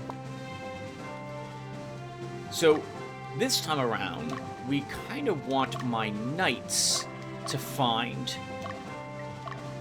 the skeletons and do these battles. So they're going to be walking up and down through the forest repeatedly. Come by. Down, up here. There you go. Good luck. I don't think there's too much trouble with him walking through the forest, but we're going to watch him. At least a little bit. So, sometimes the troops will walk like in the valley between the forest and mountains, because that area is actually considered plains. Or it could be. I've noticed it tends to be. And so, I want them walking straight through the forest and not through the plains, because we definitely want to fight some undead. We'll have you rest up there. You hunt down worms. Bruto will head down to that mountain and join you. Alright, our first skeleton. Okay, so we're just gonna fight this one. I want to see how strong we are and if we can defeat it. I don't think skeletons run either, but it's been a long time.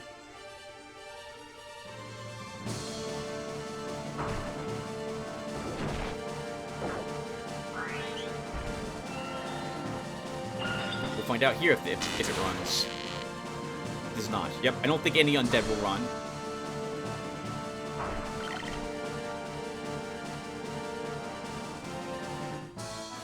Okay, so the good news is we can kill them.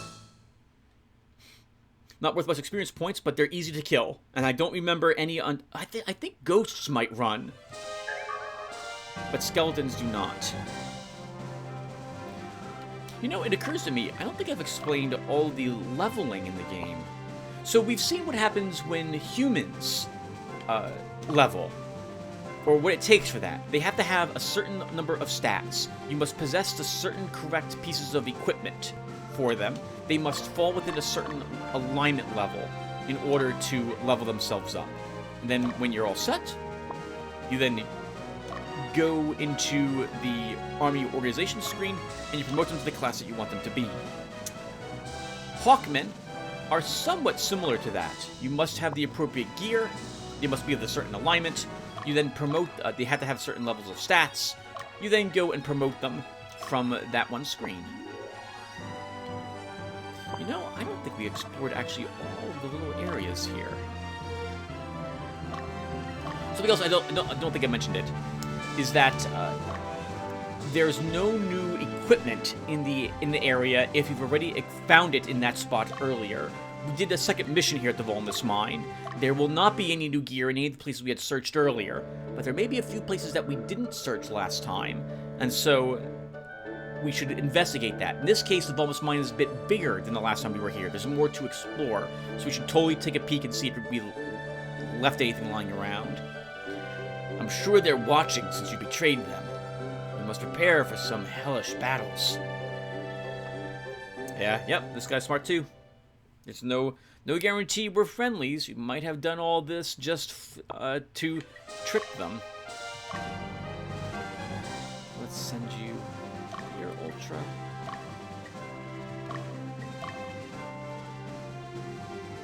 Everyone's moving, right? Fordham is not. Fordham. Let's have you come down this way.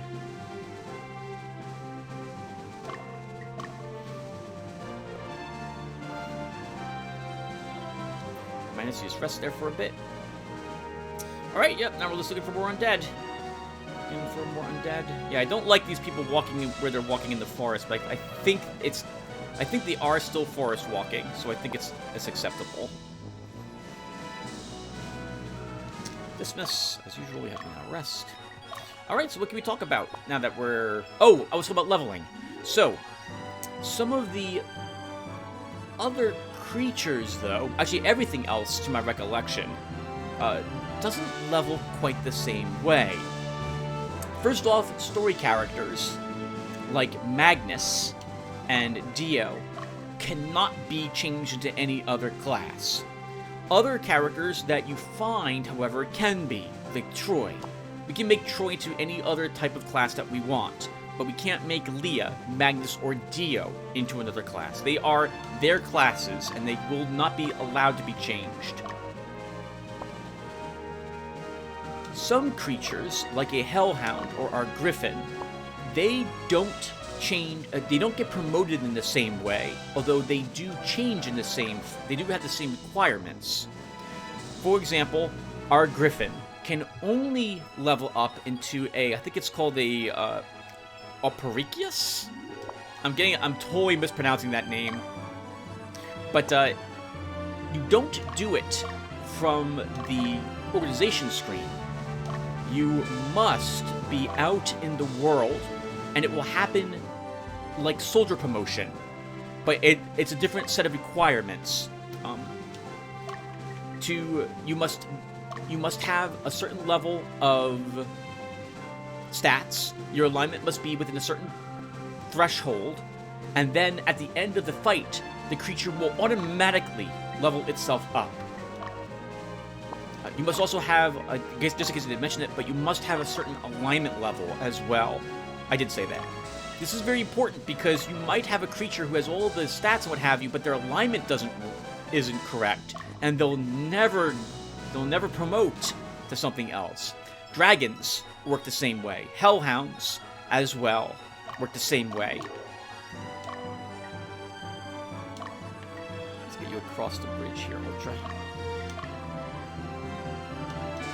Fordham, let's see. I don't know if all of this was visible last time. But I'm going to assume it was. Let's send you up over the mountains a bit. Let's think. What other creatures are there? Undead. So undead do not promote. A skeleton will always and forever be a skeleton. Is that right, Tim? That might be wrong. There might be a way for it to shift into a ghost, but I can't remember. Okay, but this is probably easy to talk about. So, or rather, I can give you a good example. So some creatures only will level, promote into a new class. Sorry, not level. When certain things occur to them in combat. A zombie, for example, is changed into a skeleton. Oh, good luck, Belduke. Hold on, I want to see if we can kill this without scaring it away. It all depends upon if we... That's good that we missed so much. Ionosphere. The worm's gonna stay. We just have to hit it with another Ionosphere. Oh, hey, you know what? I think that's our first on-screen scene double attack, or combined magic. Good job, you two. Nice. The more this group works together, the more likely it is that they'll cast that combined spell. Sweet, get some power from that. You're also tired. Let's rest you. If a zombie is struck by I think it requires a flame spell, by any type of fire, I think it will change into... It might be fire and air, but I might be also getting that confused with a golem. Then it will change into a skeleton. I think if the skeleton is hit by an air attack, or something like that, then it changes to a ghost, but I don't remember, and ghosts don't change to anything else. A golem can change into a stone golem if it is hit by a petrification-like effect. And a stone golem will change into a boulder golem if it's hit by a fire and, I think, air effect. I can't think of too many other creatures that I've had in my armies. There are, of course, the various dragons, but they just require stats and alignment, depending upon and that depends upon the type of dragon that you are aiming for. There are cockatrice. We haven't talked about cockatrice very often yet. I'm not going to have any cockatrice in my army. Cockatrice are perhaps one of the most powerful creatures in the game, from my recollection, thanks to their petrification ability. I don't know who thought it was balanced. They should probably be fired and never do anything else when it comes to game balance ever again. But they do make fighting them in this game, that's like the one battle which we will be always super nervous about. Anything that has petrification. When something is turned to stone, first off, there's a chance it will happen. It doesn't always occur. Cockatrices have the ability to turn people to stone in a 4x4 grid, if I recall correctly. So it's an area of effect. When someone is turned to stone, they cannot act. It is not cured. Well, when you are done with combat, you have to bring that group to either a witch's den and pay for the purge, or have a stone, have the object in your squadron's inventory to de-stone the person. That item, if carried, is to afford it is 500 goth. It's one of the most expensive items at least early game, that you would end up encountering. Very, very, very expensive. Bruno, we're gonna send you up here too.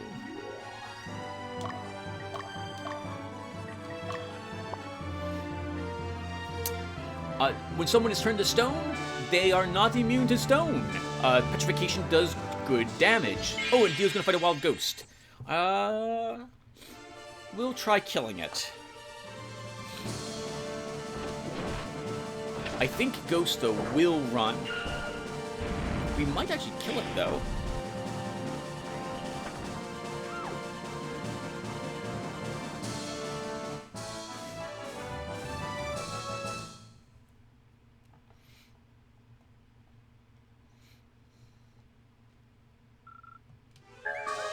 And more torn cloth. Theo, what's your... Oh, you were also tired. I guess we might as well rest you.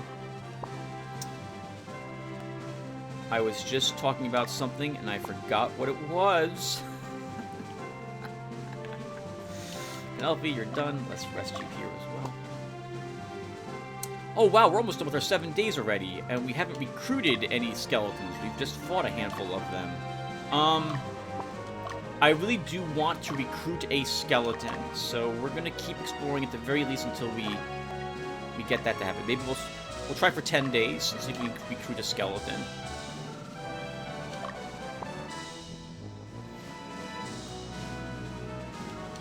Fordham, let's have you go up to Mountain Peak. I don't think there's anything up there.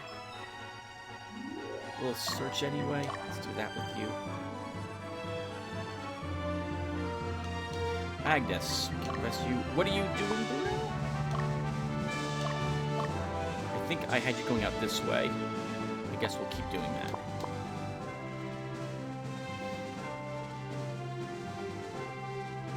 So nothing stops you in this game, to my recollection, from doing this for hundreds of days. You could spend years in game, in game hours, game time, doing this particular thing. Just wandering around, doing fights in order to avoid spending the money in training. If you're powerful enough to kill the things, and you don't mind what alignment gets shifted one way or another based upon what you're doing, this is a good way to get that experience points. We're looking again for undead. We know we can kill them. At the very least, skeletons do not flee. And I would like my knights to kill them because we need alignment up on those, and killing undead generally will give you alignment up because of how evil they are. Now, there is one thing about alignment which is tricky, and some people don't get this. You don't gain or lose alignment based on the class that you're fighting, although you'll hear me mention that pretty often. Like how we're fighting like a knight. We want to send someone evil over there because this is a good creature. But you earn the alignment based on the alignment of the thing that does the killing compared to the alignment of the thing that was killed. So this means that if you have a group of knights who have like an 85 or a 90 alignment, like incredibly good, they're going to gain alignment from killing anything because their alignment is going to be higher than any of the other things that they are killing, which would be then considered chaotic to them, despite the fact that they might be very good. Killing a platinum dragon who is not a 100 alignment, for example, with your 99 alignment paladins will see your paladins gain alignment. If you have a very evil group filled with the most hideously, well, evil's the wrong term, chaotic group, they've got like 0 alignment, it won't matter what they kill. They're never going to have alignment up because they are as evil as it gets. At the very least, what they're killing is equal in alignment to them, in which case they're not affected by alignment up or down. But even killing other chaotic things, like a black dragon, a Tiamat, which I think is the promoted version of Black Dragon, will still give them alignment down if it wasn't alignment 100. It's one of the reasons why you see me... Again, I am so obsessed with the alignment in this game. More than anything else in the game, that is what is going to be the make or break of our various armies. How well I manage the alignments going up or down for our forces, because that can really stop us from getting certain classes. Hey, good luck, Magnus. This is a ghost. I don't really want a ghost. So we'll try killing it. It does give us a chance to see if it will run, because this group's not going to do the damage we need to do to it. Yeah, ghost run. Okay, that's what I thought. I don't think skeletons do, but ghosts will flee.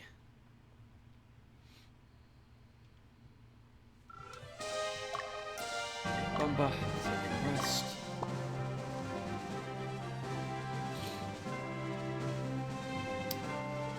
What else can we talk about? We spent almost this entire part here talking about the game, so I would like to continue to talk about the game. Let's see, we've explored everything here. A Fordham, I guess, will send you, like, around this. LB, we rest you. I am trying to see if we miss any items on this map. Again, since it's a larger map, I want to make sure that did not happen. I wouldn't mind getting another kill on Bruno. Dismiss. You haven't fought anything out here. You have a level 6 Griffin with you, who probably needs a little more experience points. I'm waiting to do the training until after this part, since after I've earned all the experience points through this, that will decide who's going to see some training before the next scene. Dio. Sure, we'll have you come down here like this.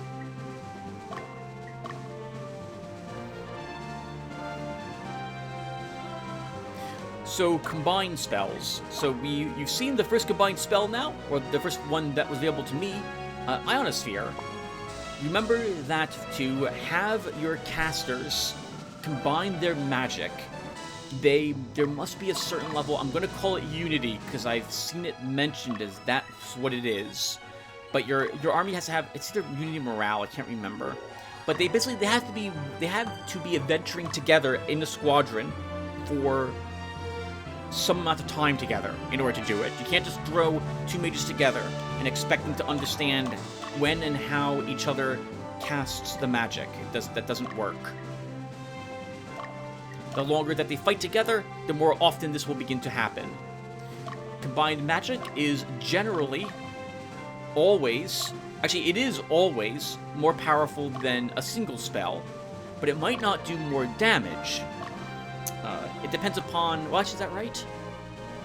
There are some times when you might want your casters to cast spells individually as opposed to being combined, but generally you will not want that to occur. You'll be perfectly happy and fine with combined spells going off. All of the combined spells, from my recollection, have some sort of status effect to them, in addition to the damage that they deal. I don't think you can combine a witch's. You can't combine status effect spells with damaging spells, to my knowledge. We're not going to kill this. It's going to get away. Yeah, we need to have crit. I think we crit last time, which is why we were able to kill a ghost with Dio's group. I would like one skeleton, if we can get a skeleton in our army. So we're going to hang out here until we have another skeleton fight. I think with the skeleton, we'll let it hit us, and then we'll see if we can recruit it.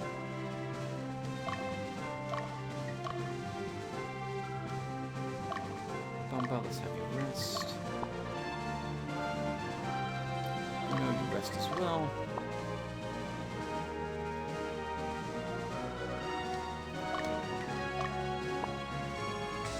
Oh, what can we talk about? Let's think. Game-related stuff, Tim, preferably. So we'll be doing this for some amount of time in the future, because we're going to want to get certain types of dragons in our army. And some require an amount of work to get them. I would love to have one of each type of dragon in various armies of ours to show off what they're able to do. like their big level up attacks. That does mean, though, that I will want some dragon tamers and dragon masters later. So we're gonna have to level a few girls for that purpose. And I think there's 6 different types of dragons. Let me see if I can remember them.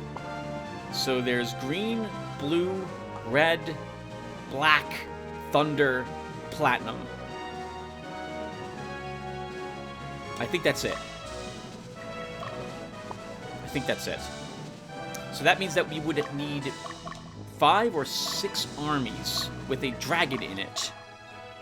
And that means 5 or 6 armies that have 4, is 4? Yeah, 4 unit, 5, sorry, no, 5, it's still 5, but they're gonna have 4 units, 5 unit points worth of things in their squadron.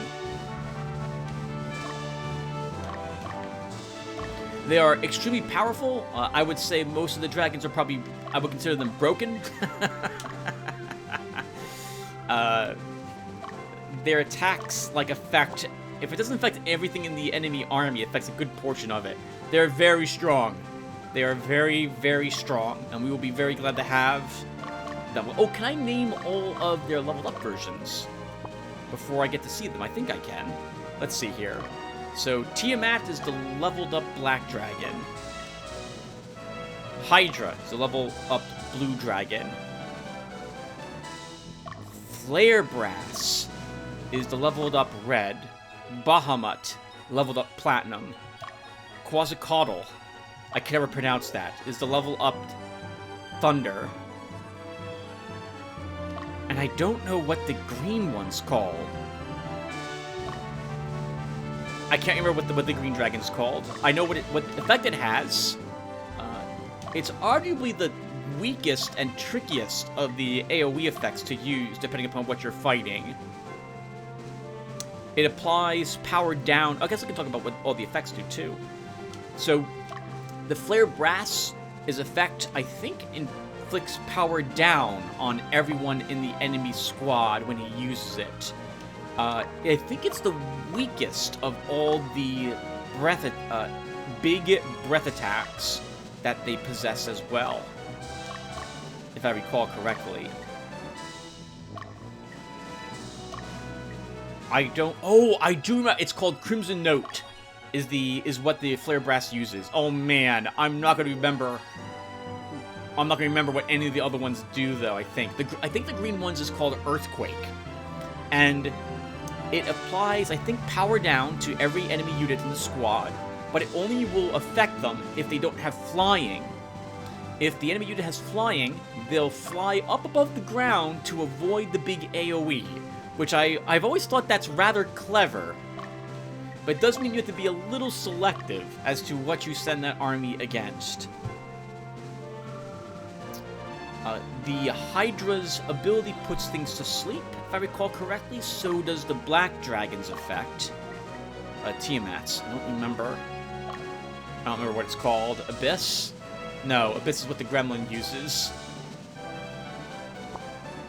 I can't remember. The Thunder Dragon shocks everything, so it paralyzes everything with its attacks. It's one of the stronger ones to have. And then you've got... what's the last one? Bahamut. Bahamut's ability is just a big AoE holy damage effect. So useful when you're fighting off enemy undead.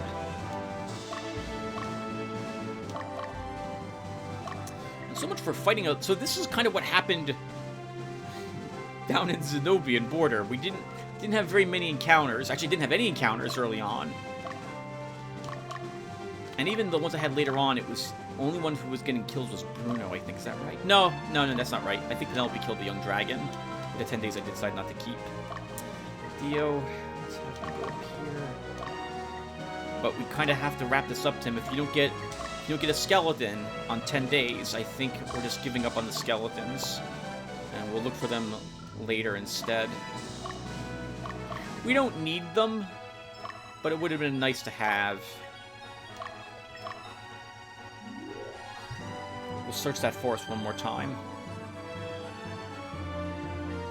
while other folks begin heading home.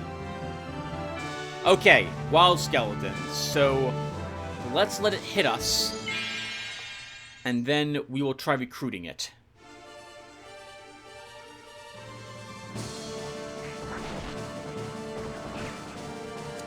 I'm assuming it won't run.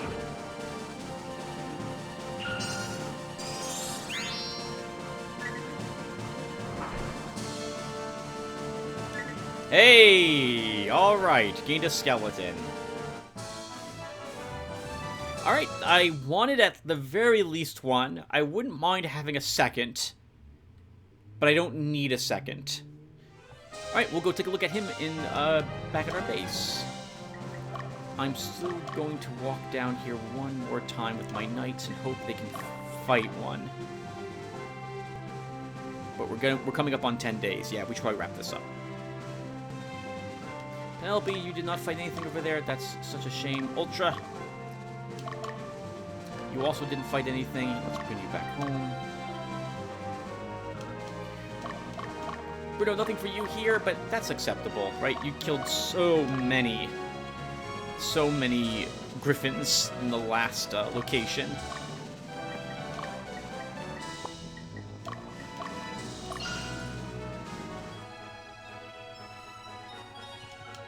Well, you can rest in that city, then we'll move you back home. Alright, so... Well, crap, everyone. We don't have much time to talk about a whole new topic. Let's think. What other creatures are there? Oh, okay. Let's have Magnus try killing this skeleton and not recruiting it. Although, we'll see what happens. I said I did want 2 of them. We'll recruit them.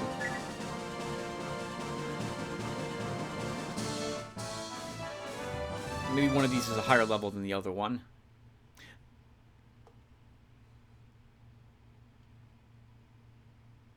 Undead cannot... Well, no. I was about to say something that's not true.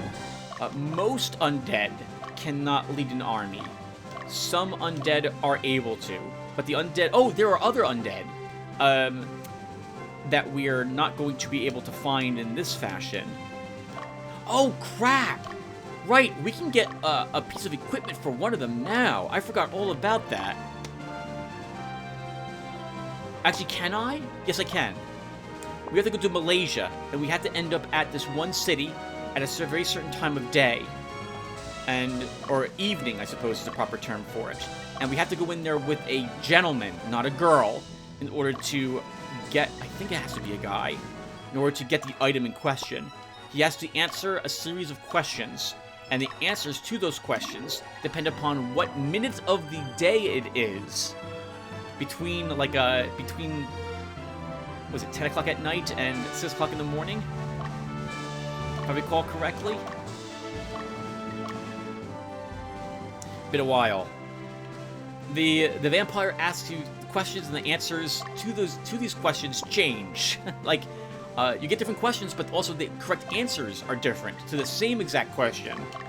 It's very tricky, and I don't think I would have ever figured it out with the correct answers to give if I hadn't had the player's guide to getting the vampire many, many years ago. Nowadays, of course, you can just look that stuff up online, which is what I'm going to do. It's going to be the only thing I think I will look up, because getting the answers right is so tricky. You're not given any hints as to how close you were to getting it right either. Alright guys, well, we didn't kill as many skeletons as I was hoping to. We didn't find a single gremlin. And we only fought one worm, but we did kill that worm.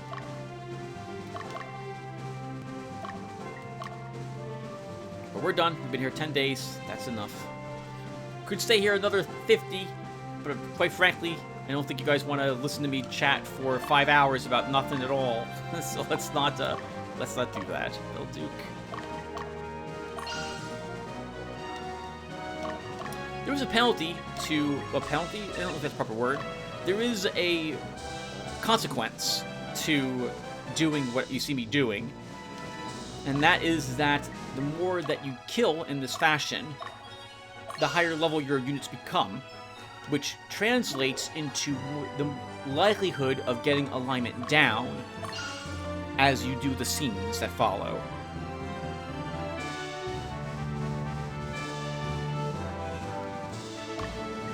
Again, we don't have to do this, but this is what I like doing. Everyone walks back, and we just go ahead and have everyone retreat.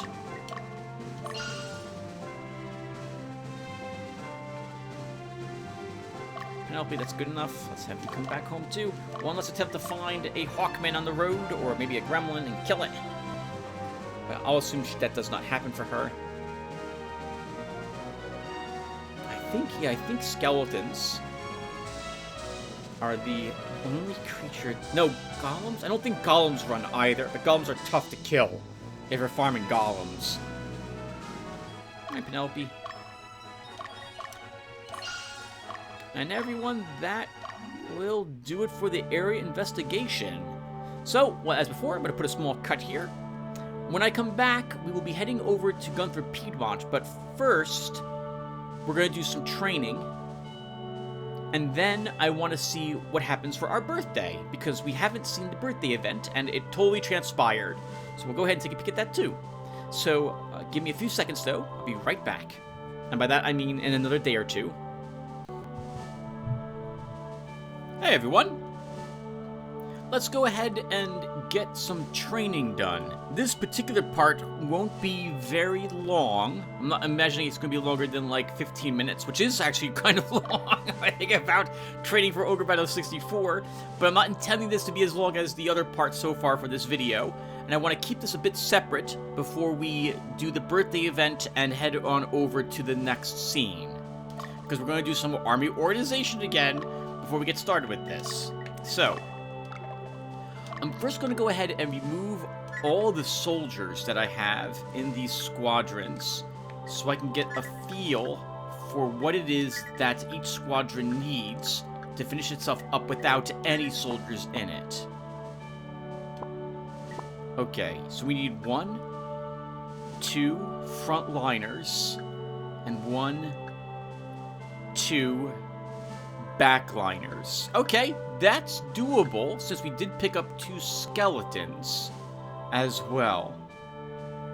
So we can add a skeleton to Ultra's group. We can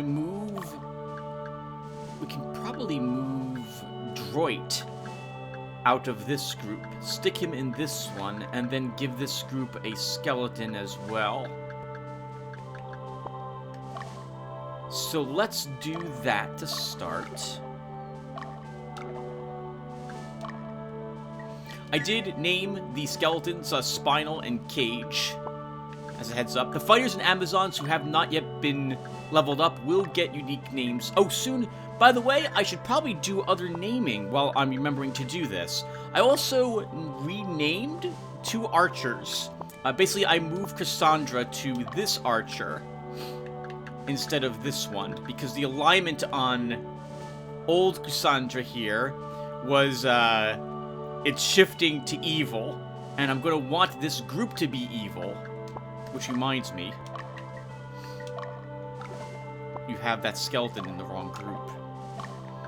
And a Diane cannot be evil if you want a higher level archer, so we're going to probably want to make Alasia into a sorceress or a witch in the future for this group. But right now, I need some more damage in that group, so that will be the case. Alright, let's go ahead and now add Droit here.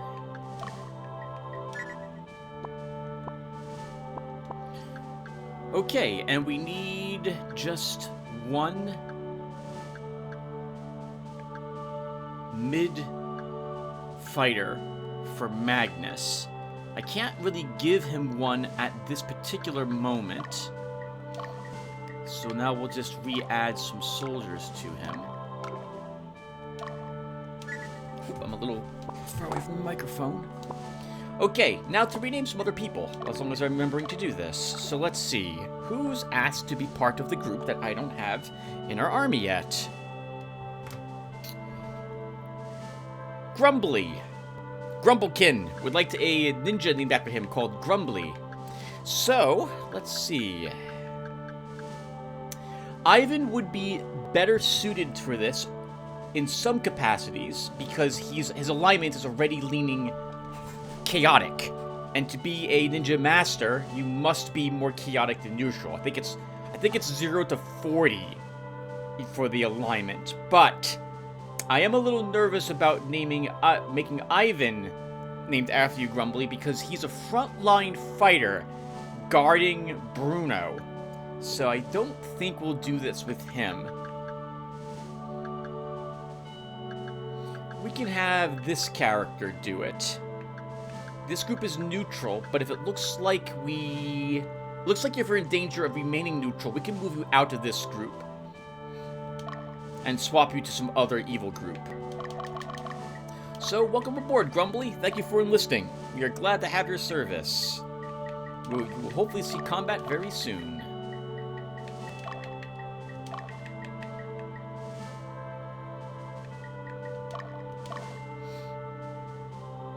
Cool. Let me mark this down that you are now added with us. Oh my god, pencil. So I have pencils that you have to press repeatedly to get the lead to come out, but once they're at the end of the lead. There we go. Okay, you have to kind of keep clicking to get it out. There we go. Okay, so Grumbly, you are now added to our group. I do keep pieces of paper, which I'm flapping in front of the microphone so you guys can hear it, which I've written down everyone's names. I'm old-fashioned, everyone. I write down names. Let's see. Lord Gem Kingrock. Holy crap, sir. I haven't seen you in a while. You'd like to be part of this army as a witch or a cleric. At the time of this recording, you haven't told me what you want to be at the moment. We've only got, I think, one cleric? Only one cleric at the moment. So we'll name you here as, and you wanted Gemrock.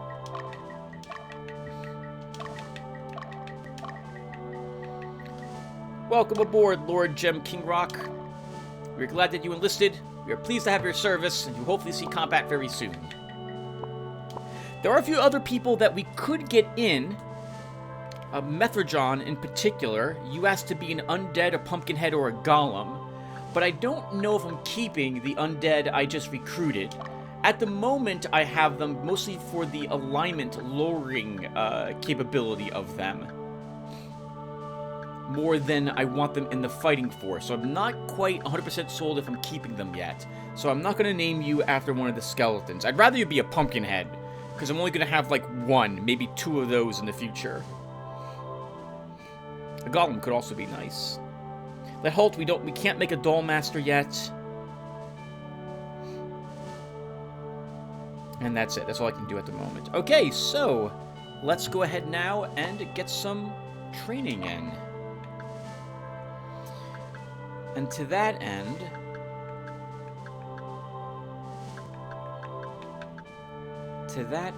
I think I'm going to make a swap here.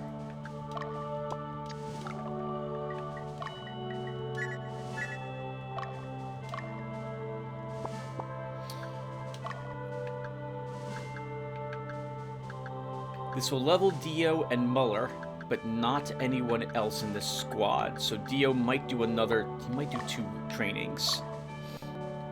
Okay. Oh! Do we want to... I think the Volmus mine is a fine place to do training. I don't think it's as... I think Creno Canyon was a really difficult one with the Ravens, if I recall correctly.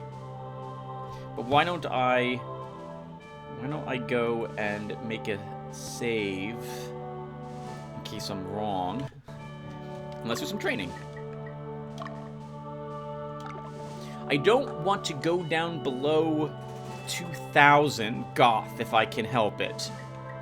So let's see if we can get away with just 3 trainings. It's 204 because of how high level Dio is. But I think we can do this.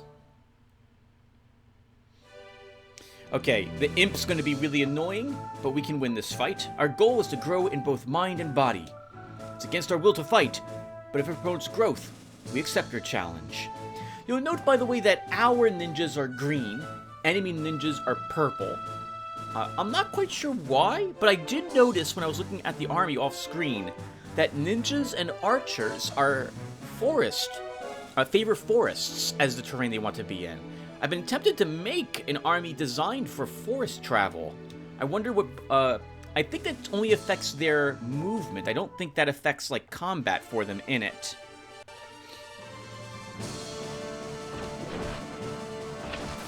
I also don't know if I approve of ignoring the imp, but on one hand, I am glad they're doing it. But every single time we're kissed, that's damage down and accuracy down. But they'll have to choose, it'll have to throw quite a few kisses if it wants to actually neuter us entirely. Yeah, that block is likely because Dio's attack went down.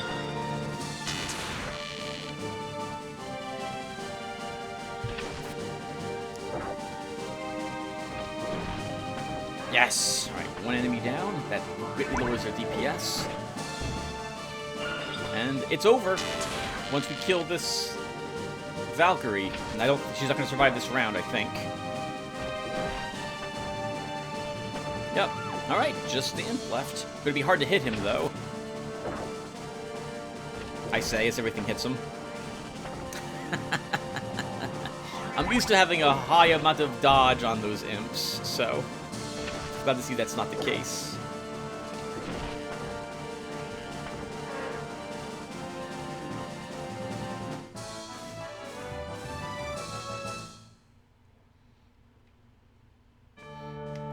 Alright, Dio, let's go to your army now.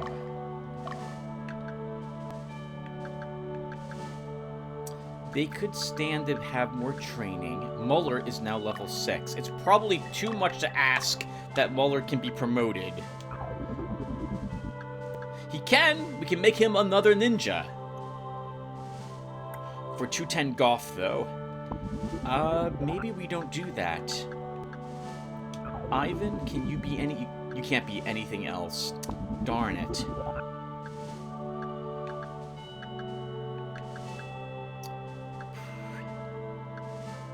We could level Bruno once.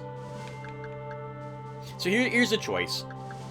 We can buy ninja gear for Muller and make him a ninja. Or we can train Bruno, hope that Ivan gets enough experience points, which he should, to level up into a new class, get his ninja equipment off of him, and then give that to Muller. I think we're going to do that instead. So let's do some training with Bruno.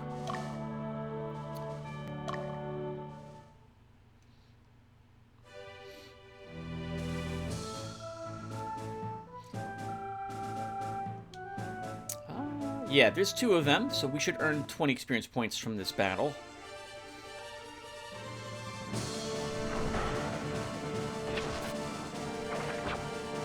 I'm probably doing a little too much training if I think about it. So, later on, money's going to be much more important than it is at the early stages of the game.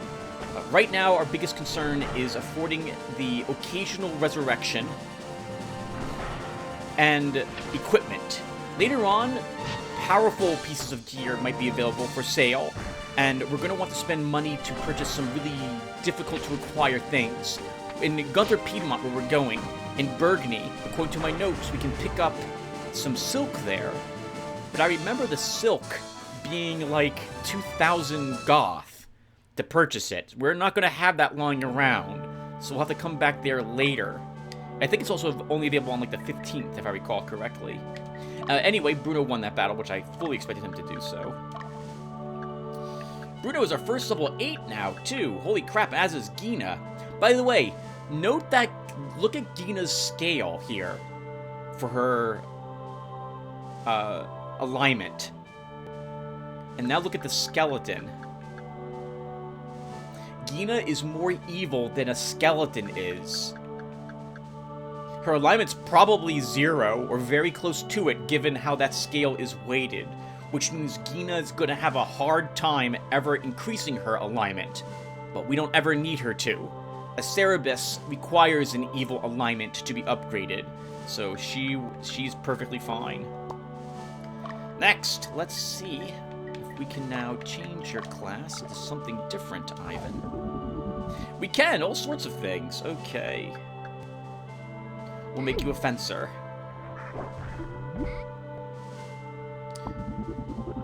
And I probably should rename you now.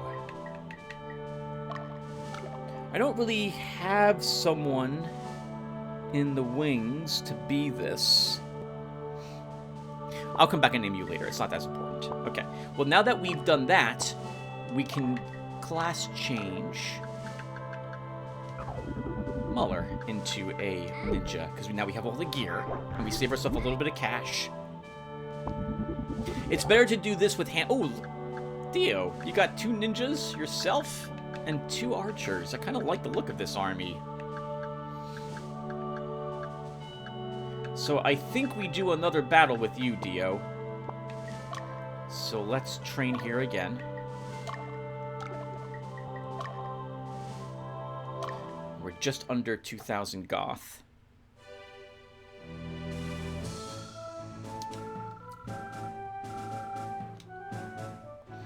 When it comes to defeating enemies, I generally view it as it's the number of enemies that you're interested in fighting, not their levels and the number of them, but not what they are. I think you get the same amount of experience points if you were fighting, say, a dragon as opposed to an archer, I think. So this battle is a good battle to see, because we're fighting 3 enemies, and 2 of them are fairies.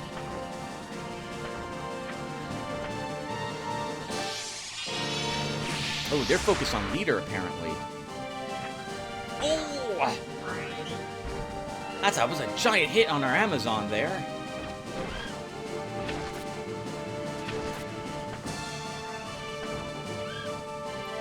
We might lose an Amazon. She's going to be kind of dodgy. She did get 1 buff on her. She gets 2 attacks from that rank. Okay, looks like we've done it. Or maybe not. Oh, wow! Wow! Good for her!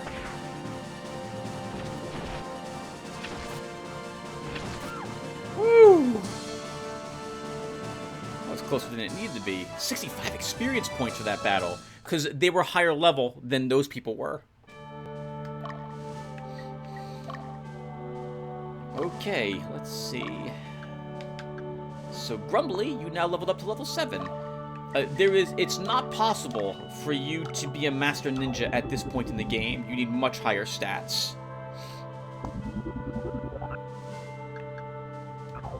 Malon? Oh, Malon could become a cleric. She would be our 2nd cleric. Her alignment is... Oh!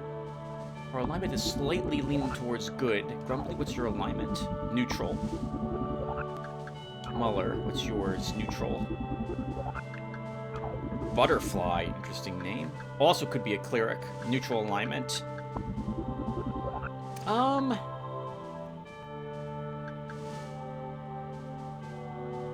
You know, if I'm gonna keep this army together, which I'm not sure if I am.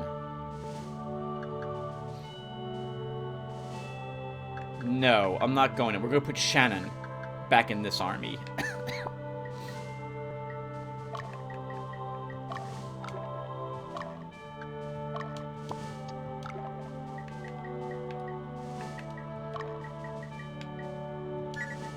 So let's do this.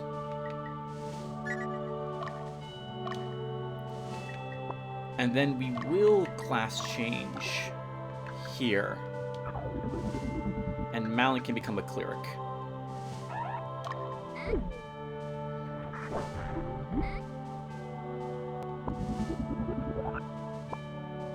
As long as I'm doing this.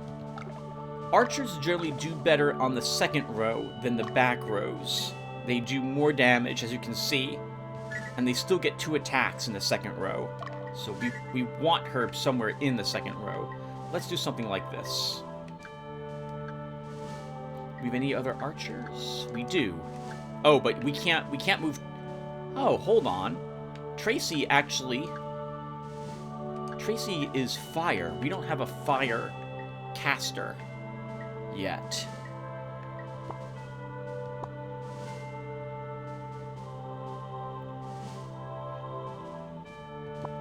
Can we change her class without having to purchase the equipment for her? Oh, no. She doesn't have the intellect anyway to do it, so she needs a level 1 set, a little bit more as an archer. We could afford one more training.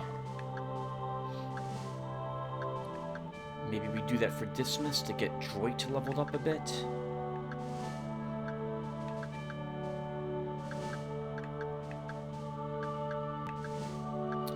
Brid needs experience pretty badly, honestly. He's our last level 5, I think, in the army. Lerman needs to be shifted to a different army also. He needs his alignment dropped.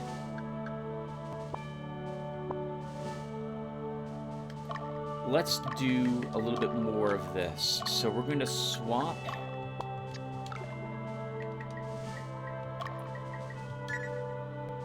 Lerman over here, because this army is leaning chaotic, which will help you be a raven, which is what you want it to be. Deacon stays over here for another neutral type of character. And we're going to need some soldiers over here.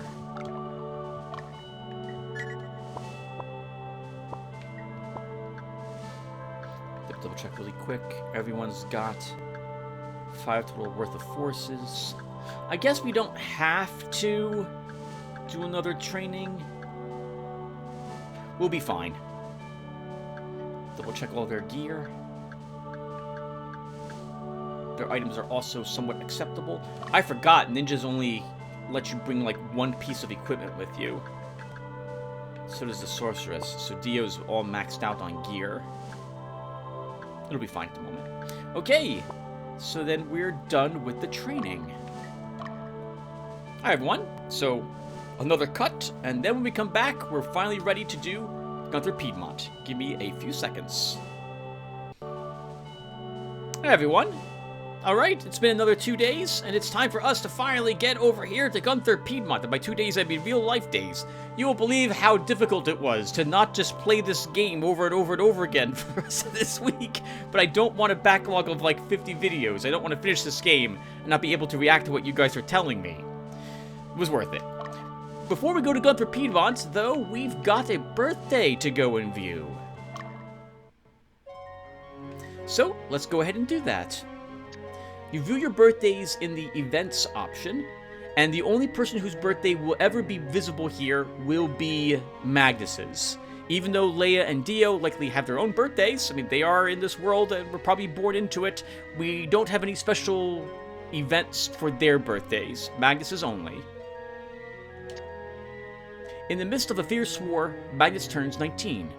His companions throw a birthday party and give him a present.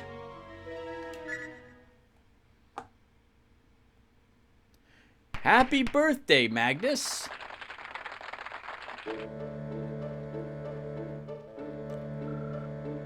Happy birthday! We'll be counting on you, Magnus. Good God, look at the feast. I've never seen such a great party. Happy birthday! Oh, Penelope's here. Happy birthday! Actually, no, that was an Amazon. I'm babbling. Thank you. We prepared this celebration just for you. You should thank your friends. We have a gift for you.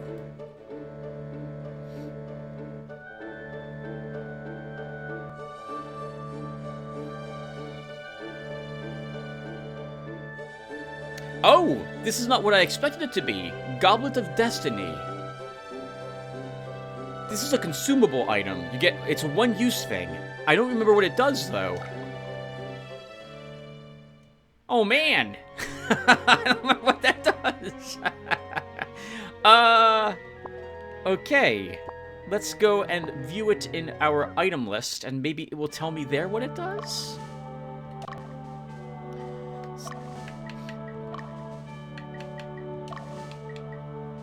there it is. What is this? What does this do? Goblet that alters the destiny of the one who drinks from it. That's it. That's all the information we get. Okay, I'm gonna look that up in between episodes. We're not gonna... I don't think we need to drink it at the moment. I think it's an alignment shift. Or maybe it's something that adds more morale or unity to the squadron whose leader drinks from it. But we don't have to use it right away, so we're just going to hold on to it at the moment, and we'll head over to Gunther Piedmont. Let's begin Scene 7.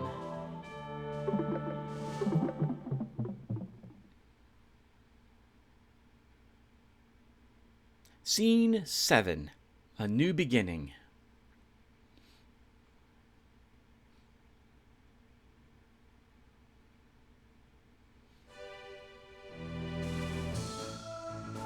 I would like you and the Final Hope to act as a mobile force, commanded by you, of course. Mobile force? Are we on our own? That's correct. I apologize for the inconvenience, but I need you to go to the mine in Gunther. And once you liberate the area, head north to Dardanelles. You will understand why once you get there. I'll be counting on you, Magnus.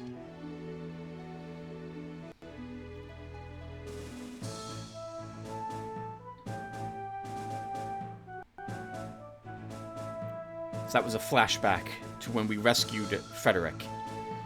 This will be our first campaign as a revolutionary army.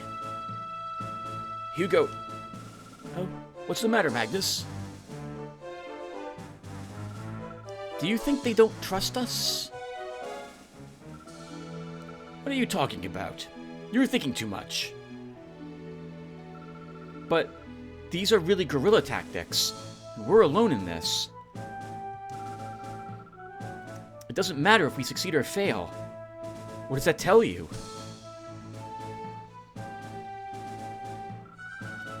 Don't rush, Magnus. Besides, you can't gain the trust that easily, right? Concentrate on the details for now.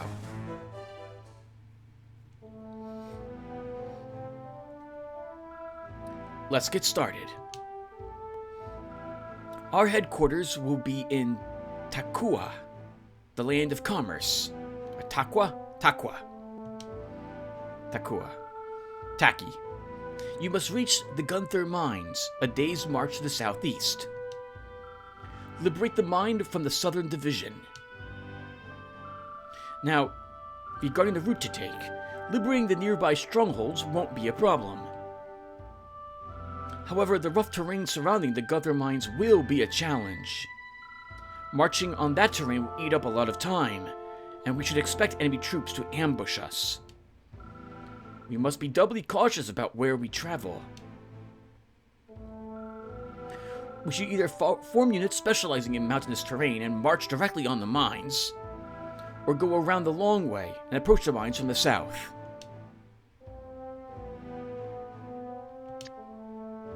We will, of course, do both, because we want to liberate every single city and destroy every single squadron. As for Magnus's earlier statements about trust, I can't say I blame the Revolutionary Army. Magnus was leading the effort to eliminate them. It was doing a pretty damn good job at doing so, right? Even capturing Frederick. He's likely to be watched very carefully for the next few missions, or at the very least this one. And indeed, I don't think if he dies, well, he was useful. Perhaps he eliminated some of the Southern Division, allows the Revolutionary Army to strengthen themselves in other locations. If he wins, great! Then he's proven himself to be able to assist the Revolutionary Army.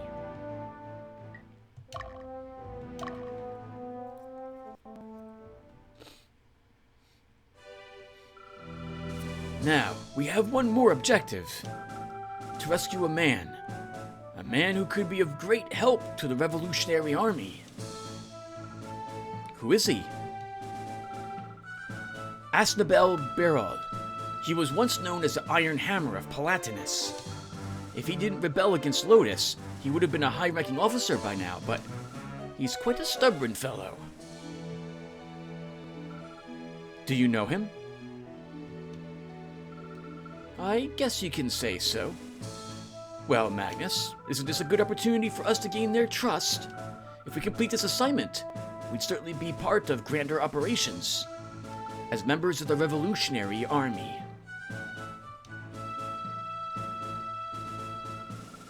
Tell me honestly, Hugo, who are you? Why do you know so much? It's mere coincidence, except for you. I fought alongside Ankaseth, your father. My father? Then you were in the Central Division. That's right. I know Ankaseth was assigned as Prince Yumel's bodyguard. That you and Prince Yumel were friends. And I also know what actually took place during that incident.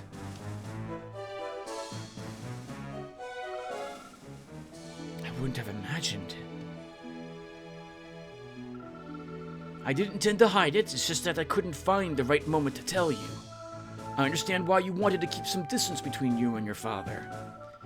But it's now a thing of the past. For me, and for you, and your father. Come on, we need to go.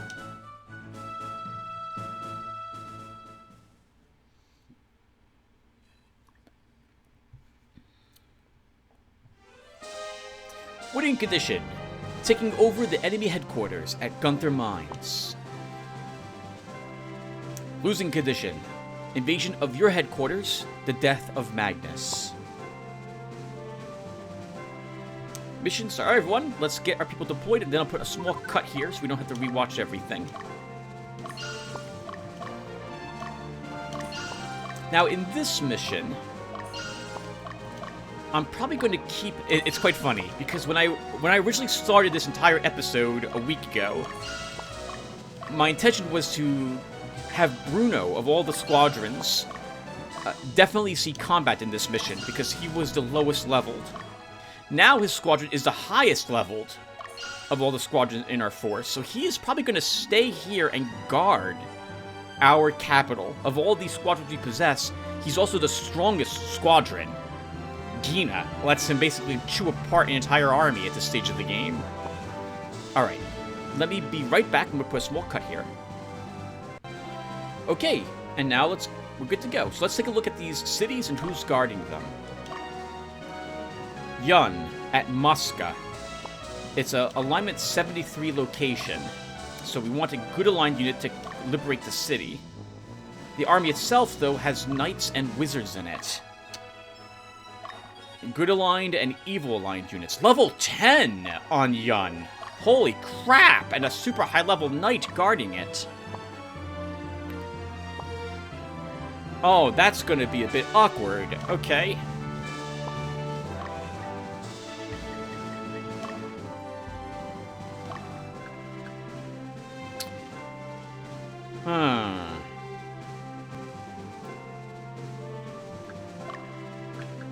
I think Fordham should probably lead that effort. Killing mages will give us alignment up, killing the knights will give us alignment down. But the high-level knight should also still be alignment up. So I think we'll send Fordham to that area to fight the unit there, but not liberate the city. We'll need a different, more good-aligned unit to do that. Dismas could also probably handle that fight.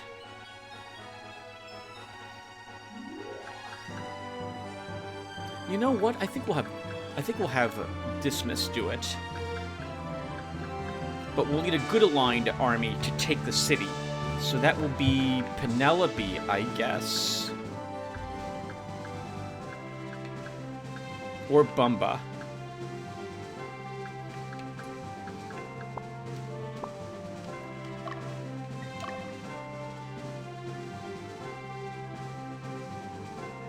Okay, so Dismas, you'll lead the charge against that unit. And what is here? Tira. Valkyrie Squad.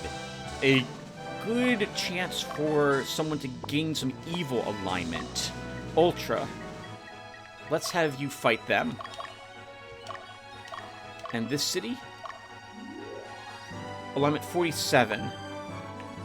Ultra, what is your... I should probably have my spreadsheet up so I don't have to constantly be doing what you see me doing currently. I think in the future I'll make sure that would be the case. You're basically... Well, your army is starting to lean chaotic. But I think you can liberate that city as well. So let's send you both in those directions. Okay, and now we follow it up. So... we'll send the good aligned Bumba to that stronghold, and we'll send Fordham to that one, and let a few more seconds elapse. Oh, okay, she's leaving to engage Ultra. I'm guessing that the Knight will leave to engage Dismiss. Hogan is a very easy battle. What level is Hogan? Level 10. Good God. That's alignment up. Because he's 3 levels higher than our strongest squad. What's the city? 69. So we need a good aligned group to head down there to take that. Penelope can probably head down there then. But she'll head into this stronghold to start.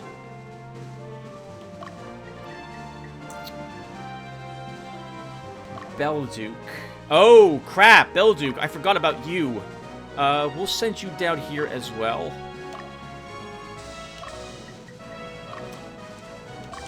Dia will head over in this direction.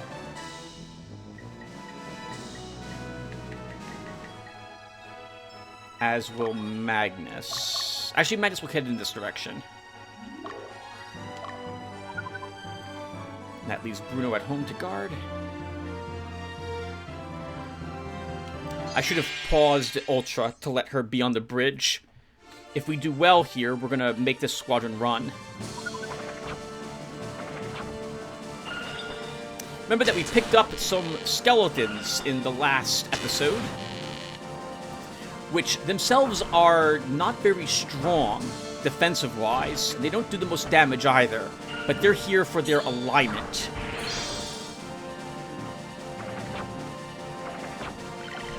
Killed him!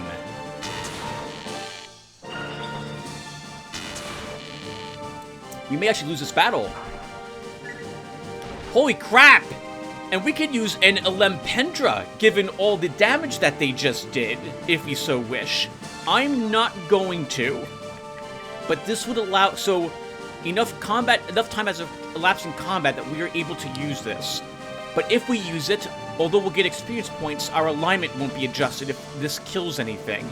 Let's continue this battle.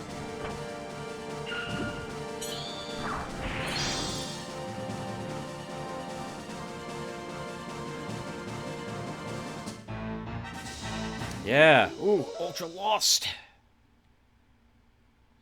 Those 2 crits. Thankfully, he wasn't pushed back at all. And you'll note that the skeleton completely regenerated. I'm going to heal our archer. And we'll just do this battle again.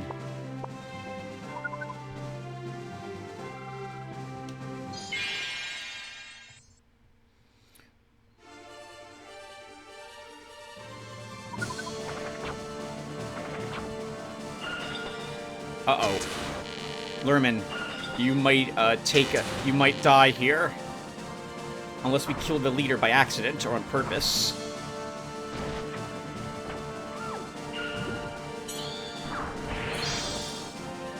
Close. Oh, it's gonna... Oh, God. Good crit.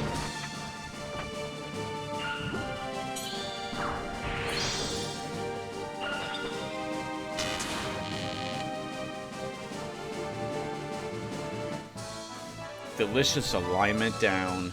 Good job, team.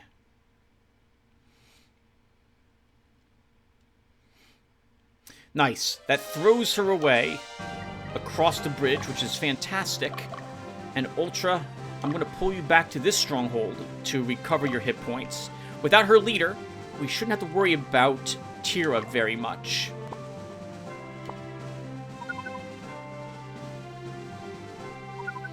Okay, and now we've got Dismas fighting this enemy squadron. I think we'll be okay. Let's do it!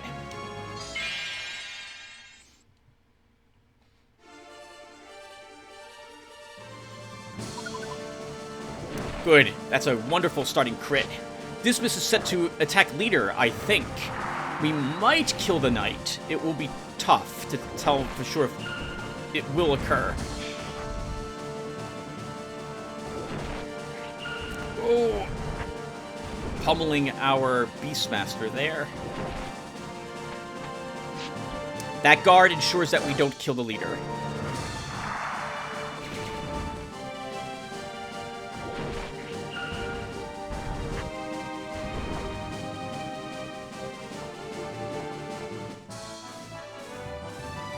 But we did win the fight, which is very good. Did we throw them across the map? We did. Okay. Let's have you heal.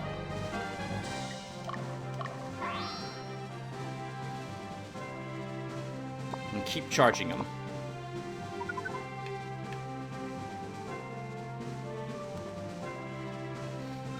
Alright, Dismas. You should at least kill the leader here, which will be fantastic. Can we do it right away? Yes, we can if this hits. Good.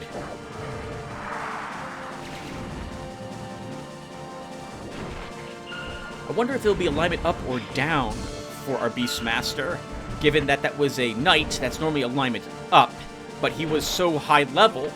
Sorry, that alignment down, but he's so high level it should be alignment up actually, he earns.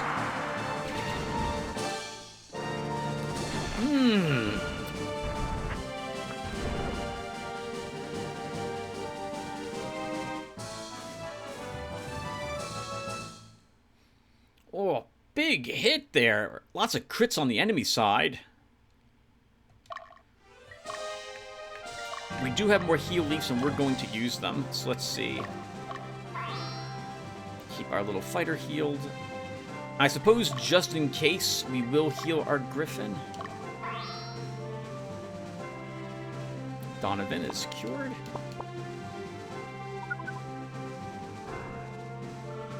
Burgundy has been liberated. Oh, crap! Enemies have shown up. Okay, so let's look at Fordham really quick. I'm looking for, let's go into Burgundy.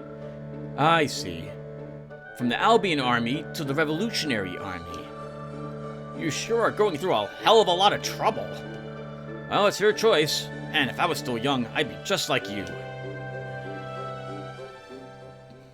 I guess he thinks we're more malleable when we're younger, which I think most people probably are.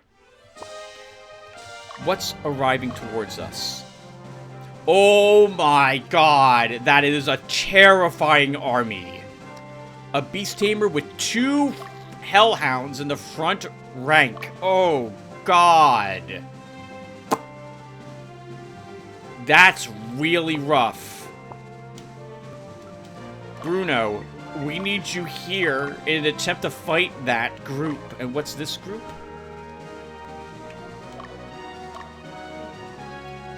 Fink with 2 golems. Nowhere near as dangerous as the 2 frontline Hellhound group is. Oh man, I don't know how we're doing that. We're losing units on the front line. I don't know how we're surviving that. Each Hellhound can kill a single person on our front line. It's gonna be really ugly.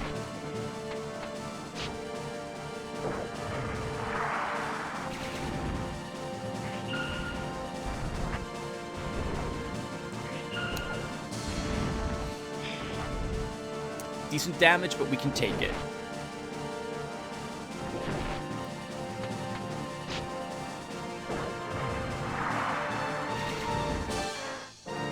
Nice.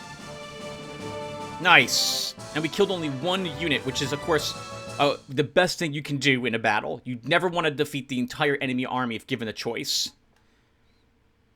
Because that could be all that wasted experience points. I have no clue how we're dealing with this without losing units. if we had a golem in our front rank, we might be able to survive it.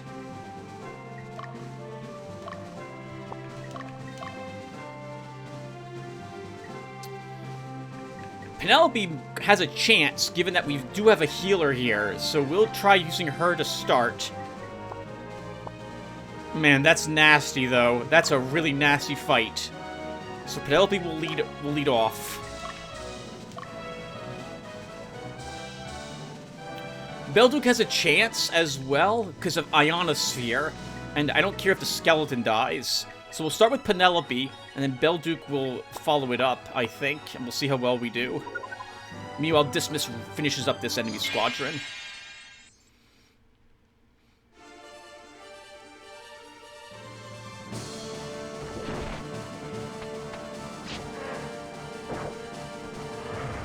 I really need Dismiss to be the one who gets these kills, and not Reynold all the time.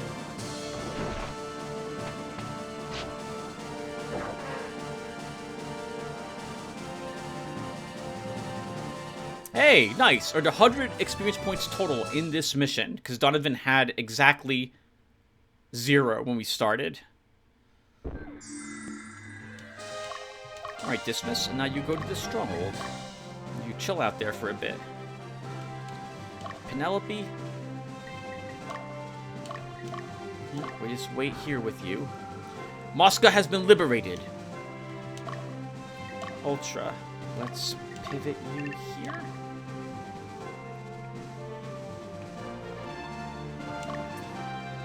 And Bumba can go ahead and head into this location. You used to be in the Southern Division, right? You got kicked out, so you joined the Revolutionary Army? Huh. Not really. We joined the Revolutionary Army, so we got kicked out. The order is a bit different. We changed contractors. Bumba. Let's see what's down here.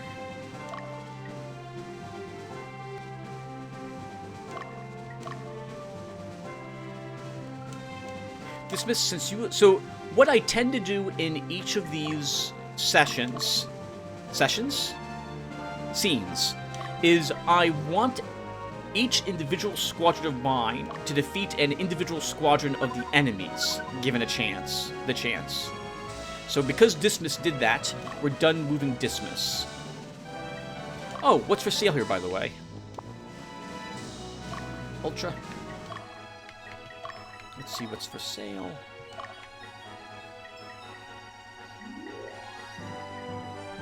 Balder swords would be nice upgrades for my soldiers, but I'm hoping that none of them will be soldiers at the end of this engagement.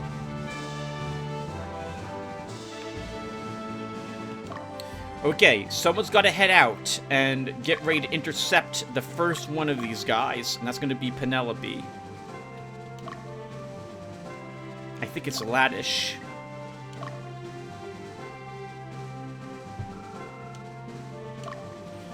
And Bruno, you're going to follow that up, actually, not whatchamacallit.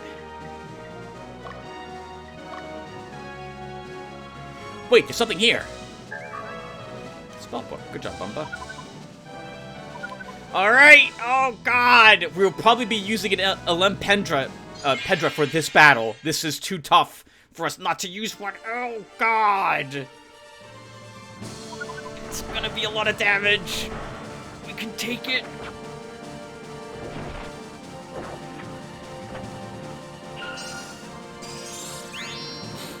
That... Oh, wow. Right, he gets an attack, too. Oh, don't crit. Oh, jeez. Oh! So much damage.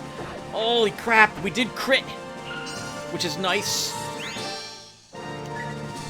Okay, we're totally using it. Let's use it. Pedra. Go!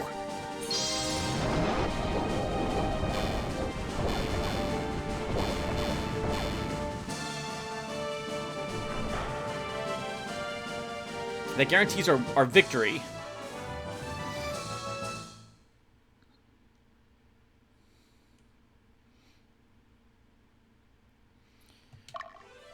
And then Penelope, I'm going to whirl you away and throw you back in this stronghold. And Bruno, I can keep you here now, and we can move Belduke out to fight. Nope, not Tira, Fink.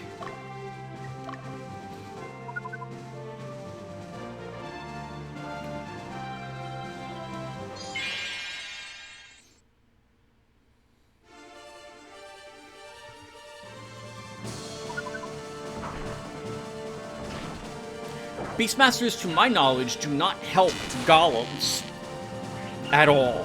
So I don't know why he's with them, but I am grateful it's not a Dollmaster instead on the front line.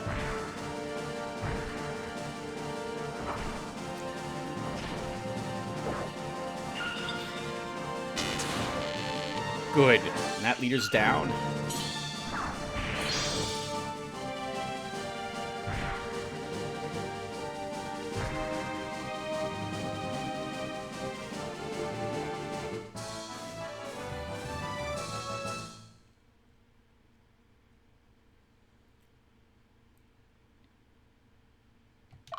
Okay, we need to take that city. Penelope, you're gonna head here and fight them.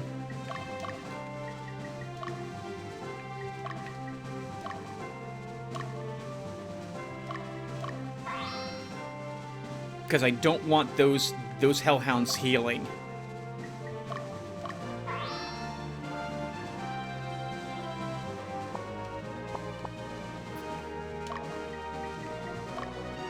And Kensia is alignment 69. I think Magnus should be the one to try to conquer the city itself. Hold on, Penelope. Let's roll you around. Gladish is who I want you defeating. Belduke, I'm going to move you up in this direction, into the mountains. I want the enemy's units going in this direction and not south or to the east. What do we have down here? Morale 57. Charlie. Sorceress with 3 Valkyries. So hold on, Dio. Let's rest you. Dio will be the one to take on that group. Bumba. Rest you as well. Magnus, I don't want you leading the charge here. I want it being Penelope.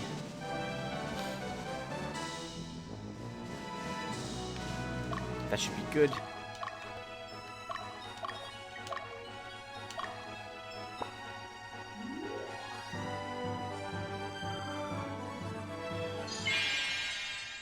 They're at a position which is nice. We've only got one of the Hellhounds to worry about. And I think we'll kill their leader also here. But our little soldier's gonna take a pounding. Oh, that's super awkward that we healed there. I think we might lose the soldier. Yeah, he gets 2 more attacks. I don't think he'll survive. Oh, no, he will! Holy crap, we killed the frontline Hellhound. Good job.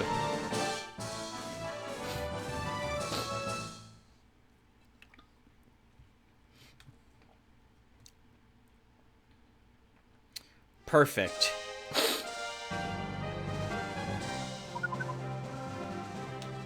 And Penelope can lead the charge against this as well.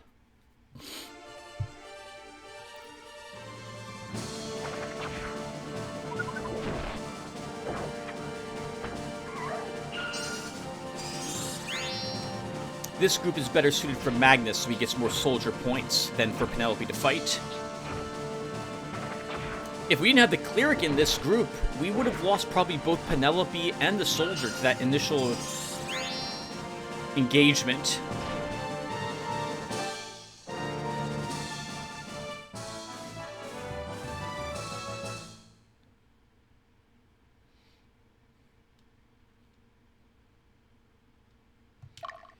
Penelope, let's send you back here.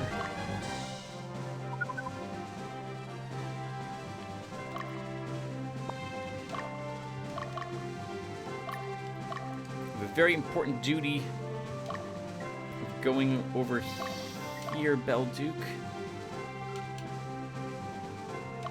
Bamba. I guess we can have you start going up in this direction. We can see what this other city's morale is like. 31. Ooh. We don't have anyone close by who can do that. Hey, Kinsey has been liberated. Good job, Magnus. You can hold that there. Dio, you're going to rush this stronghold.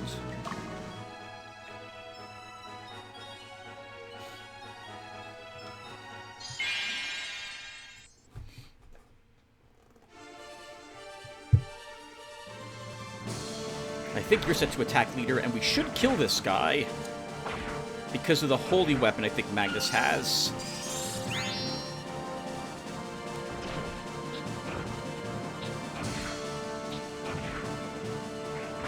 Oh, no, we're not.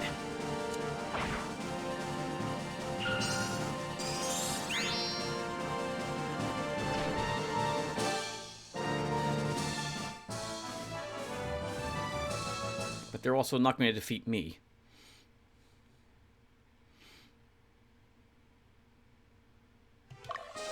Magnus, let's see what's happening inside the city. Sir Ansabel is a great man. He's being held captive in the Gunther mines. He worked harder than the other slaves and it inspired them not to lose hope. I think Sir Ansabel had a daughter. I'm sure he's worried about leaving his daughter behind. A hint that there's someone else we should be looking for in this map. Let's get to these other cities.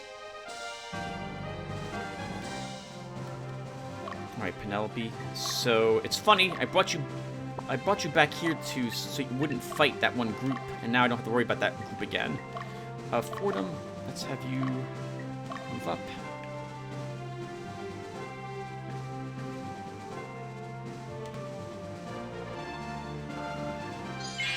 Dio, let's see how well you can fight this group. Oh, I forgot we had double ninjas here now. Ninjas aren't the most resilient, though, so this could go poorly if we take too much damage. Good job, Shannon. Two frontline Valkyries and the backline Sorceress. We're probably going to take a decent amount of damage here.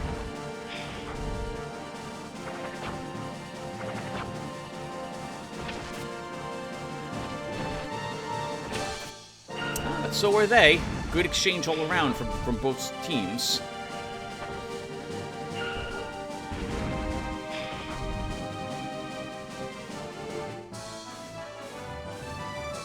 Good work, guys. We threw them out of that location.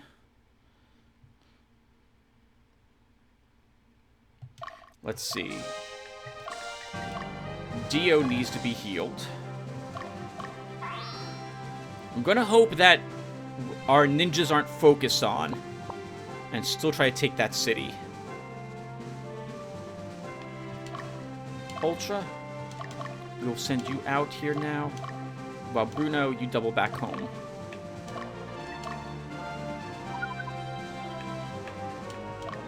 Belduke, we can rest you. Alright, I'm done liberating Kais.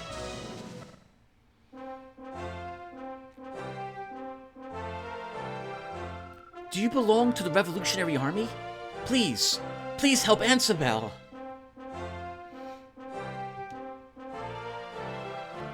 Do you mean Ansabel, the leader of Gunther? A while ago, before you arrived, he was arrested for contacting the Revolutionary Army. I beg you, please save Ansabel. Don't worry, that's exactly why we're here. Then allow me to go with you, please. So, this is Ansabel's daughter. You can tell her no, and if you don't let her join you, then Ansabel won't join you. I think we'll have her and Ansabel join our existing army, but we may not use them very much. I want my army to be mostly you viewers, as opposed to story characters. If that makes sense. I don't want don't want being too cluttered. But Annabelle's pretty strong early on, and we get a special item for her. I think her name is Katrina. And for Annabelle, if we have them in our forces and bring them to different locations. So we'll say if you'd like. If you like. But why are you so worried? My name is Katrina. Katrina Beryl. Annabelle is my father.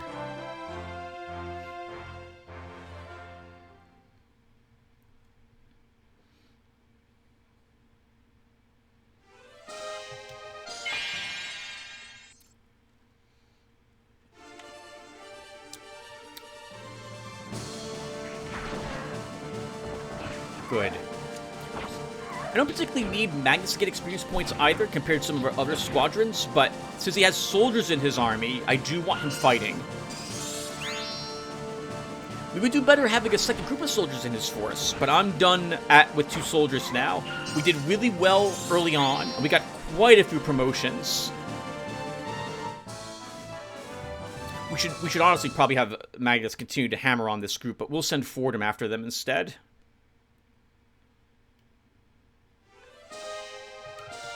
Bumba, I'll have you rest all the way over here.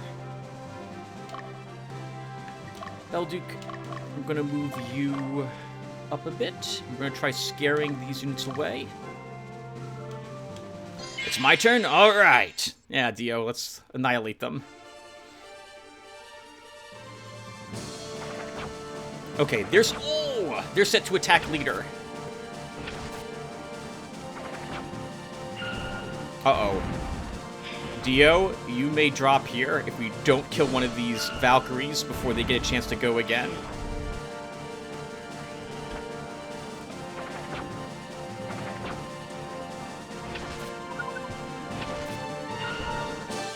Oh, painful, but you lived.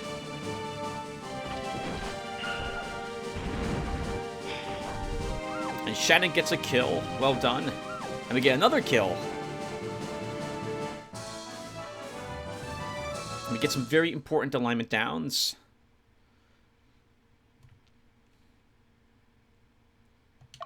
Dio, you are a little too hurt to just wait in that city and heal. You won't make it. And just to be safe, we'll also heal our second ninja. Not you, Grumblekin. You're the other ninja. But we want both of those guys surviving.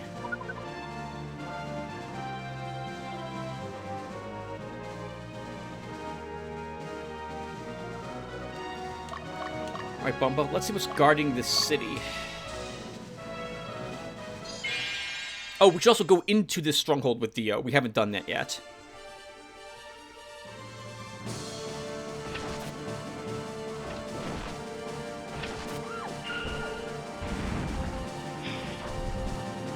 And we preferably want the Amazon to get the kill on this enemy sorcerer so we don't get alignment down on someone like Shannon or one of our ninjas. I don't think it's going to happen, though. Oh, it will! Great! Oh, holy crap! Good job, Dio.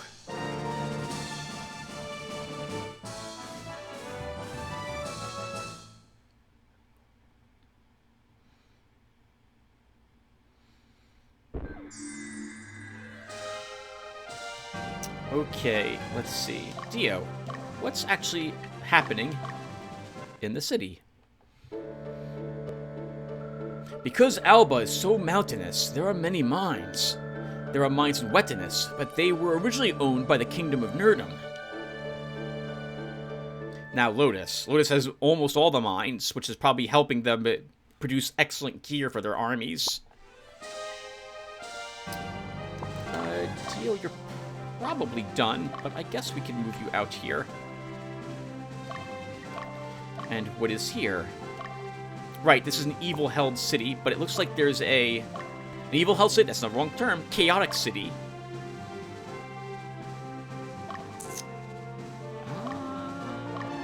Okay, interesting army setup.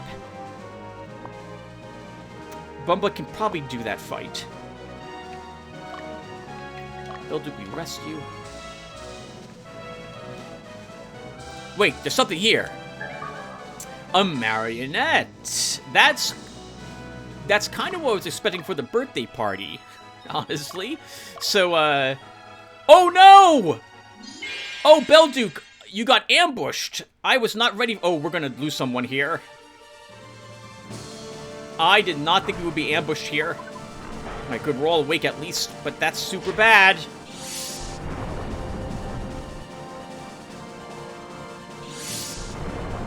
And we're not sleeping with everyone.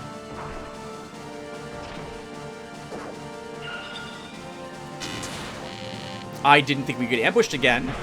Or I didn't think there were any other armies around. I think this is the first ever time I've been ambushed in this game, to tell you the truth. Yeah, we did not win that fight. Well, you're awake now.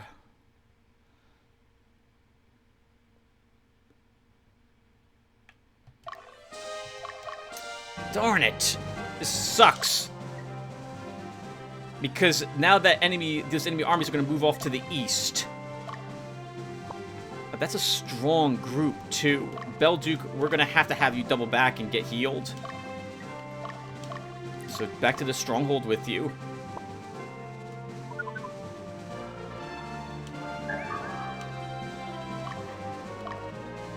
Wow, there's another enemy army here, too. Look at all the Beastmasters.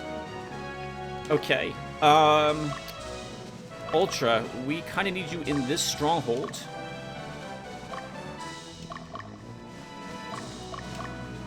Belduke, I'm going to have you move here as well. Oh, wait, no. Hold, stop. Belduke, do you have a quick gate? You do not. God, there's so many units everywhere here. We need you to get away, and you can't. Okay, you're gonna have to fight both of these enemy squadrons. You're gonna have to. So let's use first a power fruit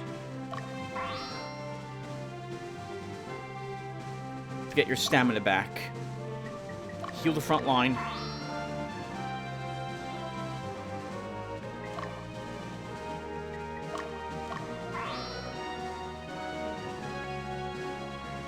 Shift the front line.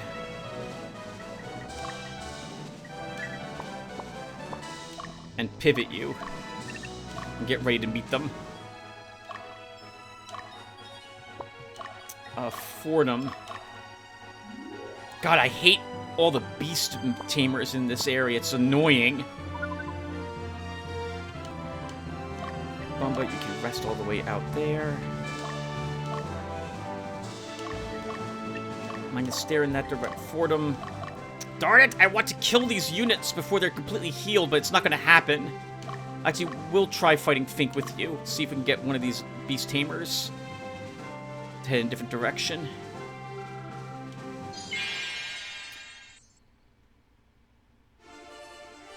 Oh, I put the fighter on the wrong side for this enemy army. I wanted it being against the dragon.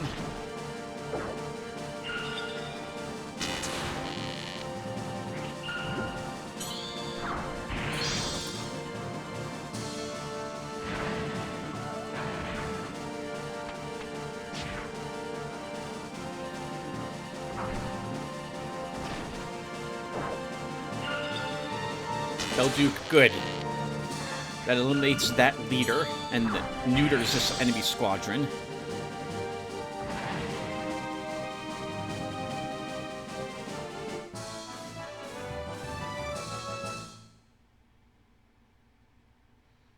It's a shame you're doing these battles. I would really want someone else to do them.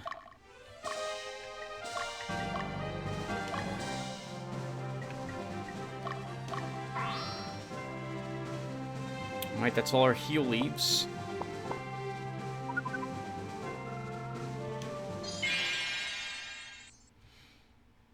Okay, this was a nasty group to get ambushed by as well. If we can kill a gremlin, that would be extraordinarily useful. It's not going to happen. Oh, I think we might be losing this battle again. We might take down the enemy leader, though.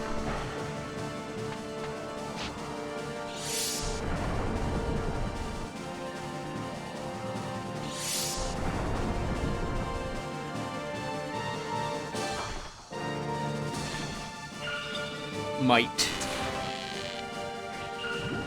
Yes! Gion! Good.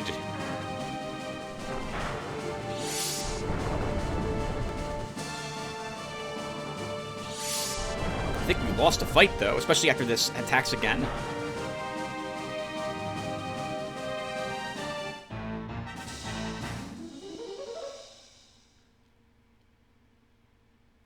That's good. That will throw you back towards the city, which is where I want you to go. And now we can send you back there and rest. Penelope, we can now move you up. And Magnus, we can probably have you attack this unit. But Dio, you need to come back over here in case that enemy army gets thrown in that direction.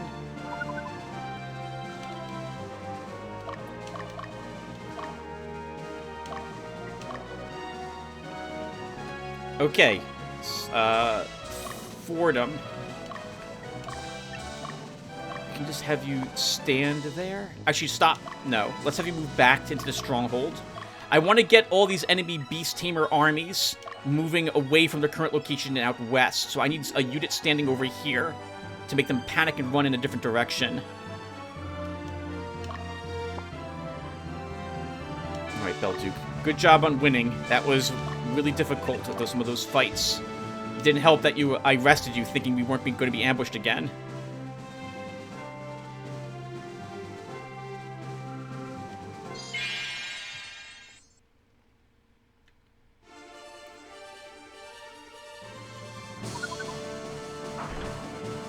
Not the strongest enemy squadron here. Their positioning's a bit awkward as well.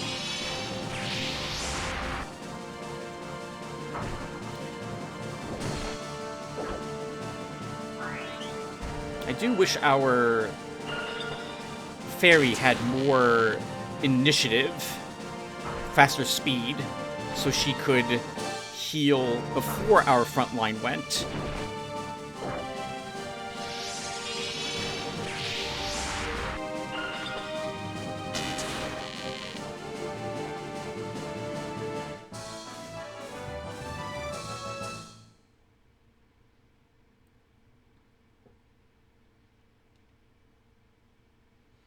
Alright, keep doing that, Bumba.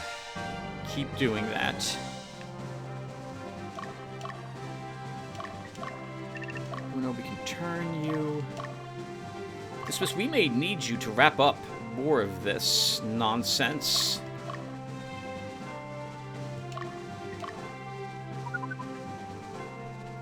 Dio, you can stop here. Let's see if Magnus wipes out the rest of these soldiers.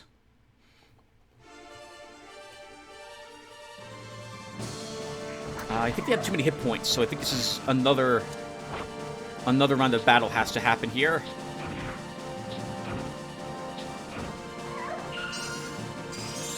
Yeah, too much. Too much. One more fight. But that's good. We want that.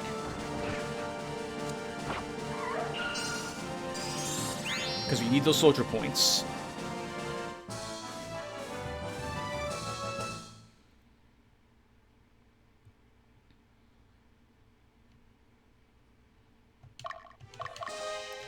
Yeah, Magnus, keep chasing him.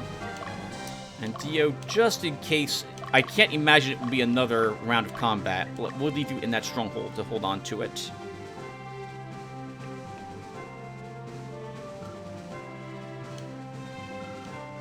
Dio will turn you around.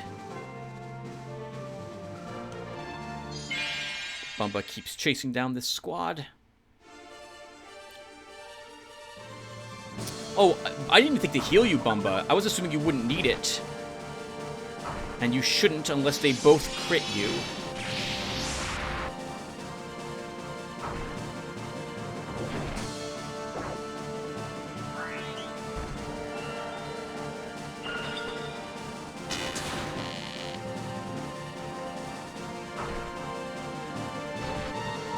Yeah, after the kiss, you should absolutely be able to handle this.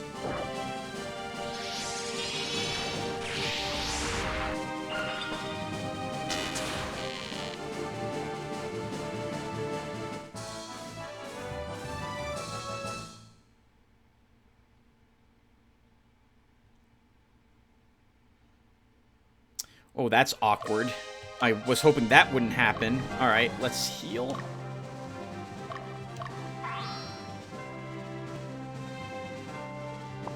I'm also going to shift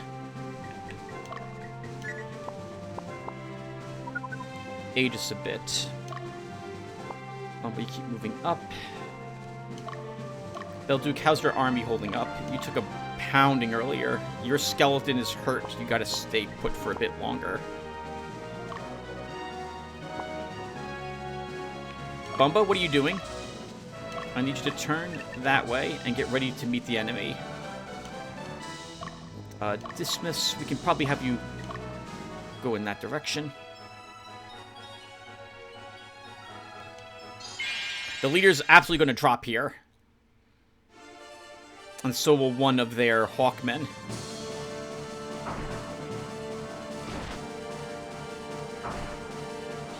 Yeah, Bumba, they hate you.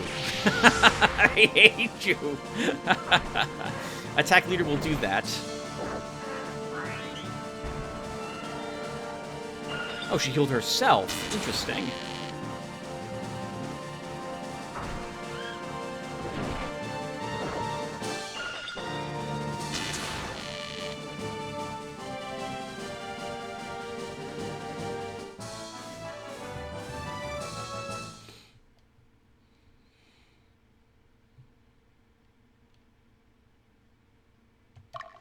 All right, Bumba.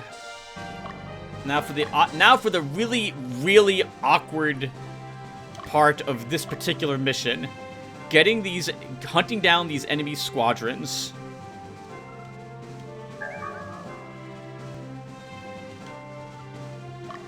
Bumba, I want you chasing him down. A heal leaf for dismiss. I think you'll catch him, Bumba. Yeah, he's slowing down a lot. Good, we got him.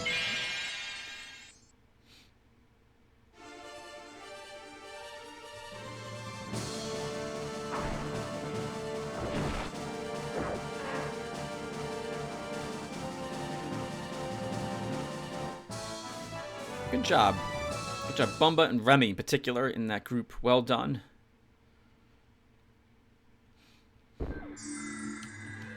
Now we're going to capture this location. I'd rather liberate it. Actually, I guess we don't have to capture it.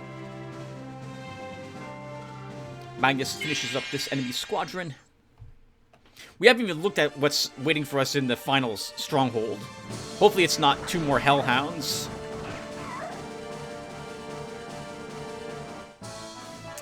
More soldier points, but it wasn't enough to level up another soldier for you, Magnus.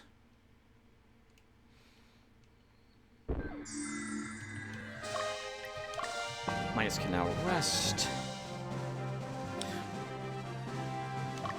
Bumba, we can now rest you. So I want Bumba to come up over here and stay in this area.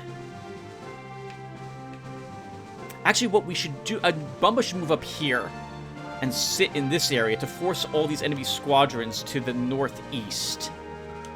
And we can take them out there.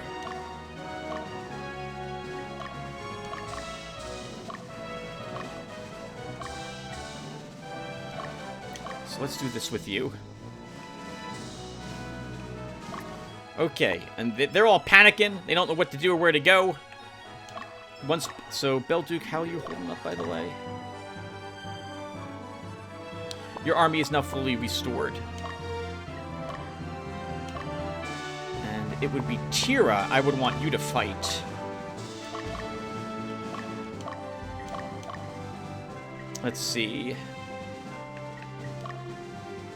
Penelope, I guess we can have you fight Chan.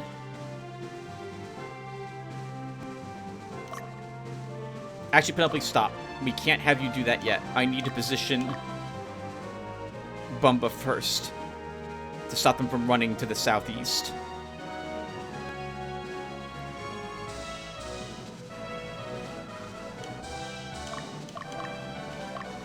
Move down a bit. Keep them running in that direction. Okay, so this is super awkward. We have so many other... This is going to be super awkward because I can't guarantee we'll be able to fight enemy squadrons with the groups I want to fight them with. Think for you, Ultra. I guess I'm just interested in the experience points in the end here. Chan for you, Penelope.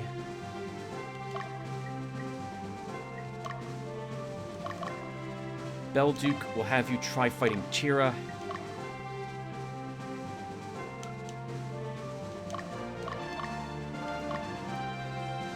Down and block that path. Found another heal leaf. Fordham. Debelica. Penelope, where are you going? Okay, it won't matter. Everyone just good luck. Hopefully you fight something you're supposed to fight.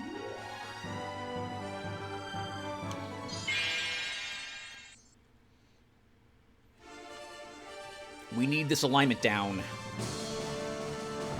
We might kill one of these girls.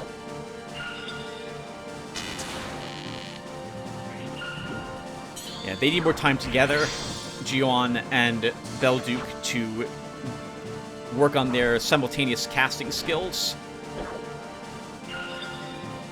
It's not gonna kill either of them here.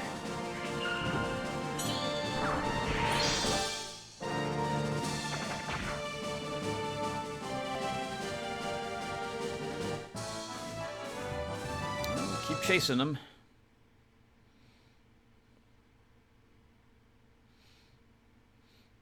Oh, that's awkward. That's awkward. That threw them in a completely different direction than I thought they would go in. And you're gonna probably kill this Hellhound? You might kill this Hellhound. Which means that's alignment up.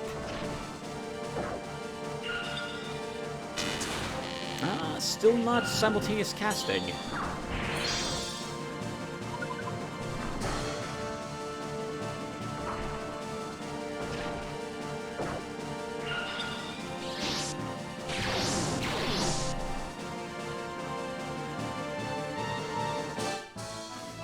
Nice. Experience points for everyone. Mostly a level up for everyone.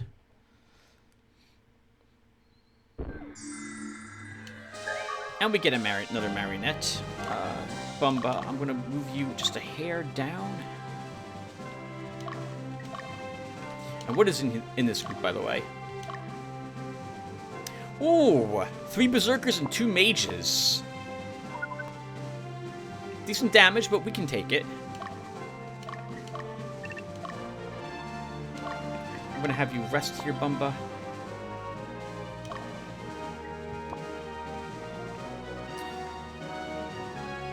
Let's go.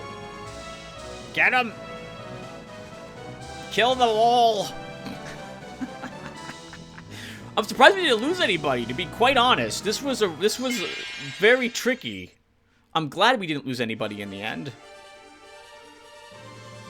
Oh, yes, I can say that. We're not likely to lose a unit, except for our skeletons. With what we're hunting down here. Belduke, well done. And the level for our skeleton and fighter also. Good work.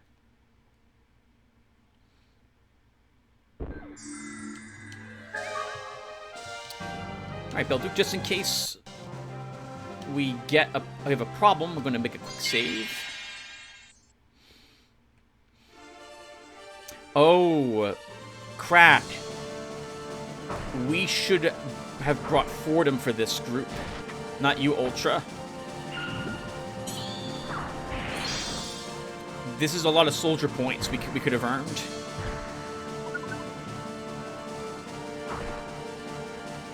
I think it's too late to swap you out for them.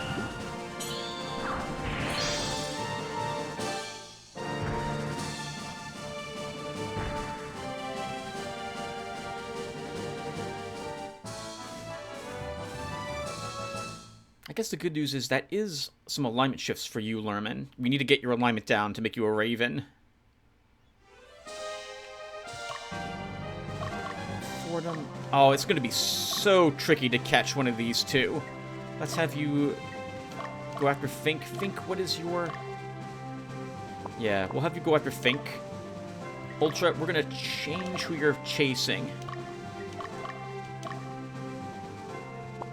And you'll fight that group instead. Belduke, we're going to move you up and over the mountain so that we can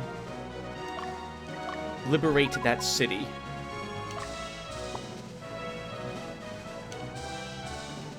Oh, Magnus, what the heck are you doing all the way out here in the middle of nowhere?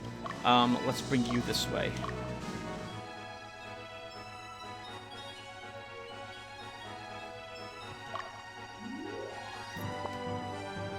Should all be fine. Actually, Penelope, how is your squadron? You don't have a quit gate.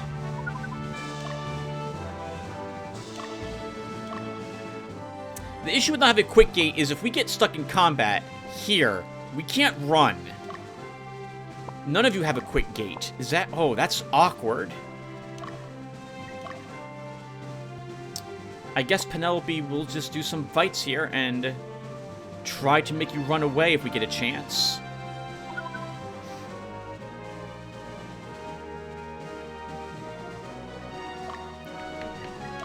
Hopefully we can now have you rest again. Okay, yep, this is over. We have won. The question becomes, will we eliminate all these squadrons with the troops I'm hoping to do these battles with? This is not the fight I wanted you to do. This was a Fordham fight. You'll win the fight, but you might do this again.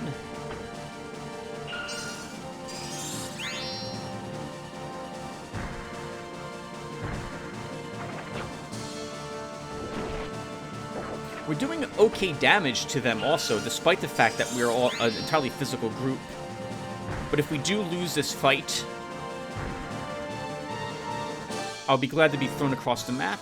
Okay, that did not happen.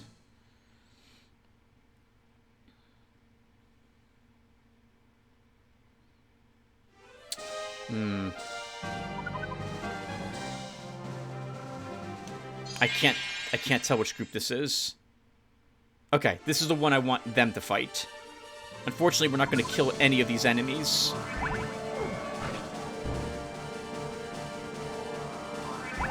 Oh, that also sucks. The gremlins hit our DPS with their power downs. I would rather them have hurt our healer. They are done now with their attacks, though, so we should win this fight.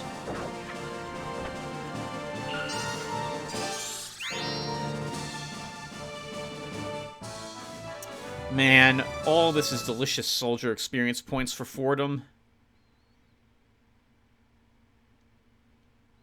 Penelope, let me look at you really quick.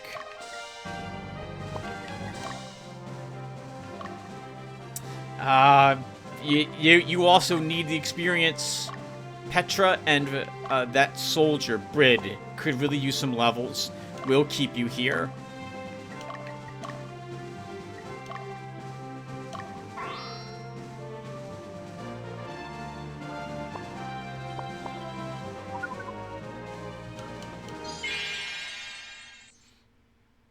Yeah, I think Penelope's going to wipe out both of these squads, and I can't do anything about it. It's not bad that she'll do that. It's just annoying because this was a promotion. But we'll be glad to have Penelope higher level for the next scene, if I remember the next scene correctly.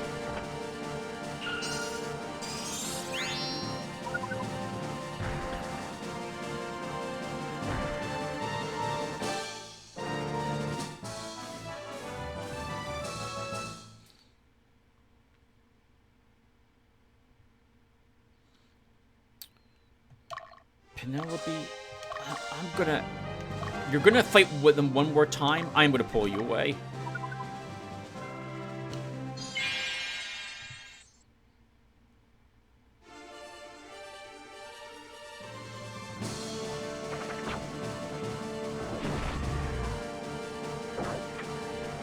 I don't know if we kill this one. I think we do kill both.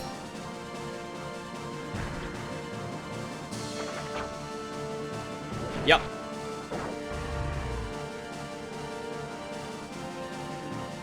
Ooh, 50 experience points for our level 6 fighter up front.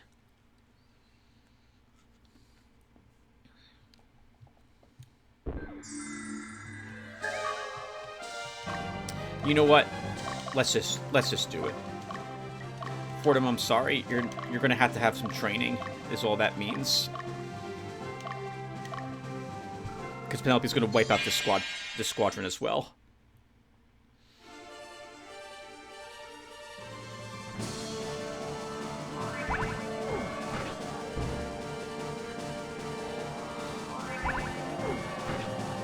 We don't have any gremlins in our armies, do we? I wonder, I'm guessing it's hellhounds and gremlins are available in this territory at the end of this mission. Come on, guys. We gotta kill both gremlins. Good.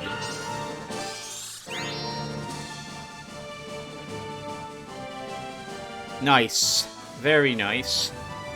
Ton of experience points. Everyone leveled, with the exception of our fighter, but he'll level up when we kill this hellhound.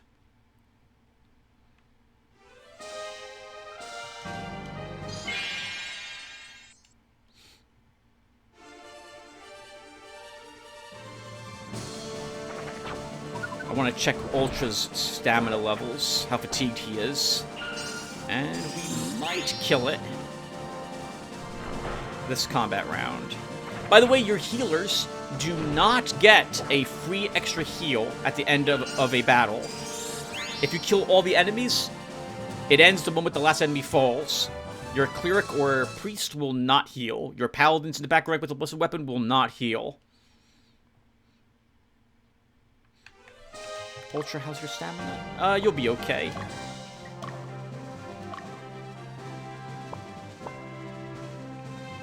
We should, though, break Belduke up in case she accidentally gets thrown into combat.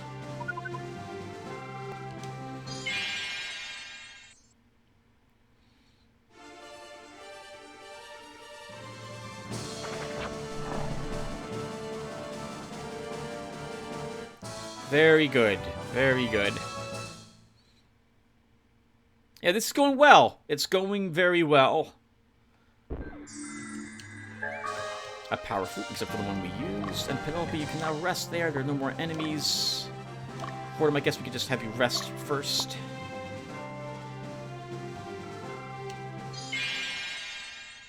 Ultra, let's try to kill these things. They only get one attack each. That's going to be, yep, Fire Breath. I don't know why the dragons don't get a second attack in the back rank. I feel like they really should.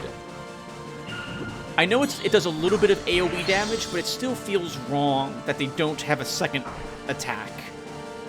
There are mods, by the way, from what I've seen in this game. I could decide to download one of them that maybe tweaks the balance a bit, but I feel like that might be a little too much. But I have seen modded ROMs for this game. Oh, they turned around.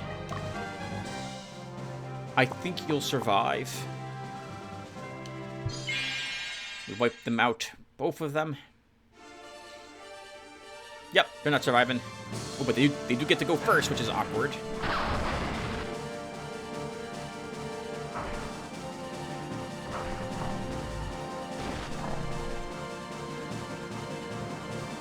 Yeah! Alignment down for everyone. Good. Very good.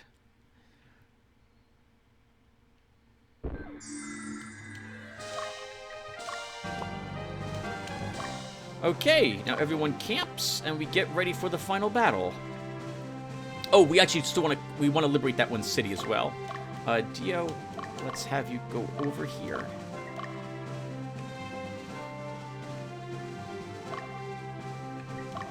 Belduke will have you liberate that city. Off you go.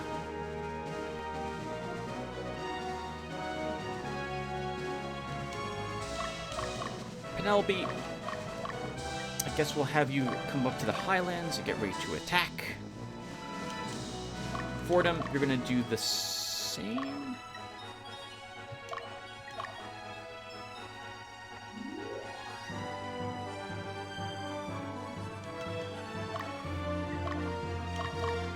Ultra, we'll move you, like, here.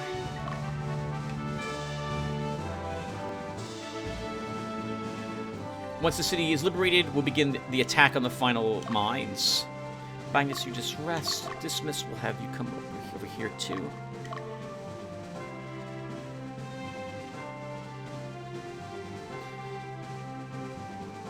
Yeah, not bad, everyone. This went very, very well. Let's do another quick save here. The quick saves are only done in case... Actually, why don't I cut the recording really quick? There we go. The quick saves are only done in case I get a game crash or something. If we lose Magnus, we don't get to reload, so... And if we lose units, I'm not gonna... Bruno, wait, stop, Dio. I didn't expect you to actually get here first. Oh my god, Belduk's is exhausted. We should rest before we take the city in case there's like some sort of random encounter that happens there. I don't think there is, but we'll rest.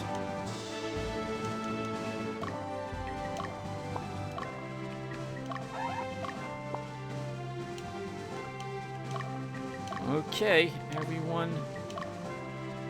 Let's get you at 100%. Make sure you're ready to fight. And Fordham, I guess you can lead the charge. Belduk breaks camp and liberates that city. Inkill has been liberated. Good. Let's go ahead and visit it.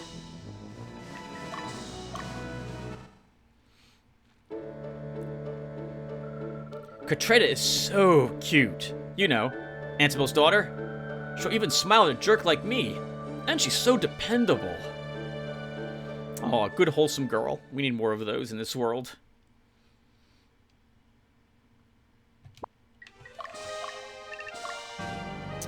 Okay. It's time for fighting. We'll let Fordham lead the charge here.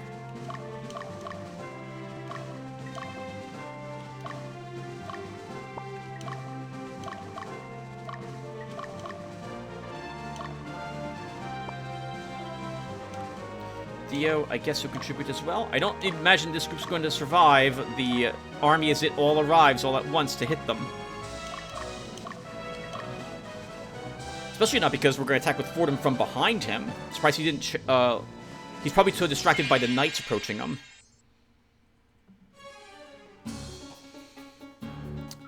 So, you're the infamous Final Hope, huh? Traitors! I recognize that weapon he's using. That's a flame flail, I think. I think we get that if we defeat him. It's a really strong weapon, also. You're all going to hell now.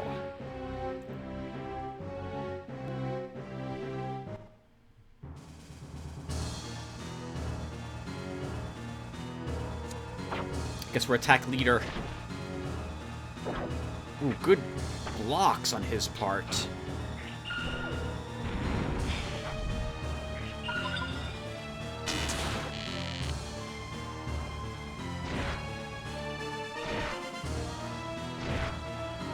He is not attack leader. I don't know what he's set to. Oh, nice! Are we gonna... Oh, good block. That guarantees we don't kill him. Unfortunately, a loss also means we don't get any soldier points for that battle with Fordham. You only earn those in scenes and only on a victory.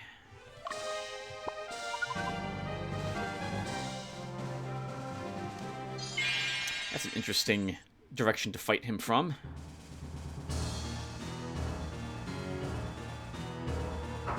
And Bumba is set to attack strongest, so we're not going to kill any of them here with this squadron.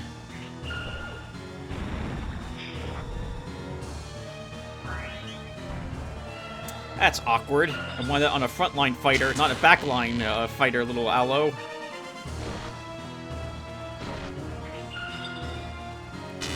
Although, I guess having some defense up means you won't take that big of a hit from that fight, that attack.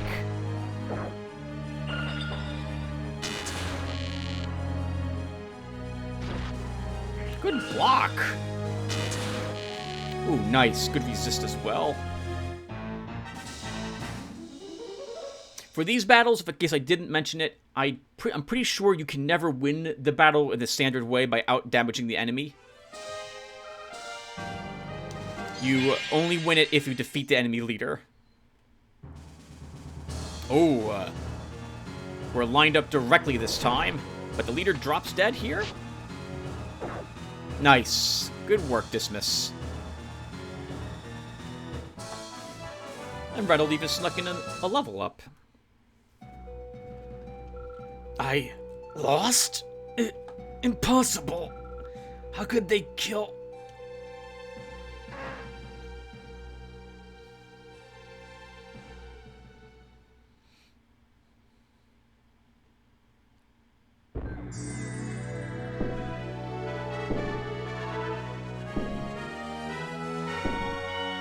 Congratulations! Yep, I was right. It is called the Flame Flail. We get it as a reward. Sweet! Almost 2,000 goth for that battle, too. Very nice. I'm pretty sure liberating places gives you more money than capturing them does. Which is another reason why you want to do it that way. Although if you're going for a more chaotic chaos frame, you will want to capture them. Father! Are you alright? We're safe now. I can't thank you enough for saving my father. You're Magnus. Why did you... Oh, you're Magnus? Why did you risk your life to save me? You're just like your father.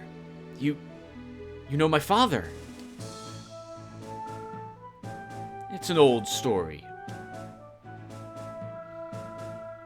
It looks like my daughter's made up her mind to join you. No more problems should arise here. What would you say if I offered my services to your battalion? I'm sure I can be of some help to you.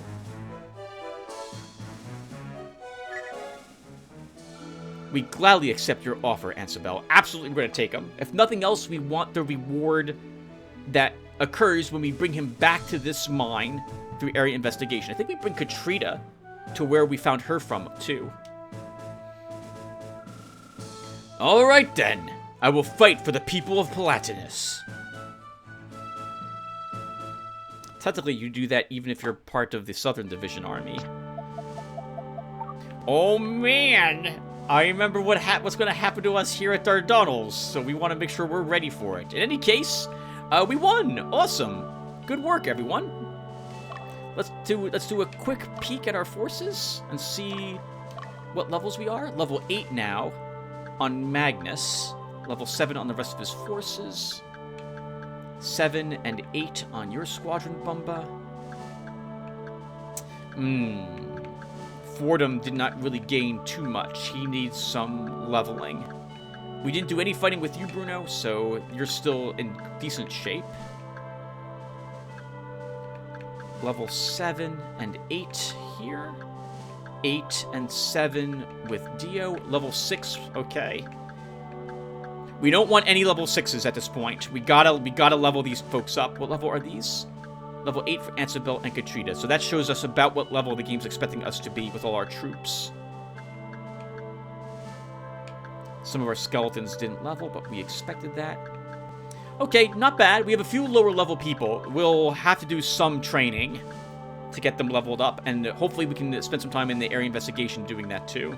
We may double back again to the Zenobian border to hunt down griffins so we can get some more experience points, but we'll try to not do that this time. Alright, well, we're done with this episode. Thank you guys for watching, and when we come back, it's time for the same things we've been doing every single episode. I don't know why I was going to make that any different. But that's army organization, re-equipping items, getting people changed into different classes, etc., etc. So thank you guys for watching, and I will hopefully see you all in the next one. Take care, everyone.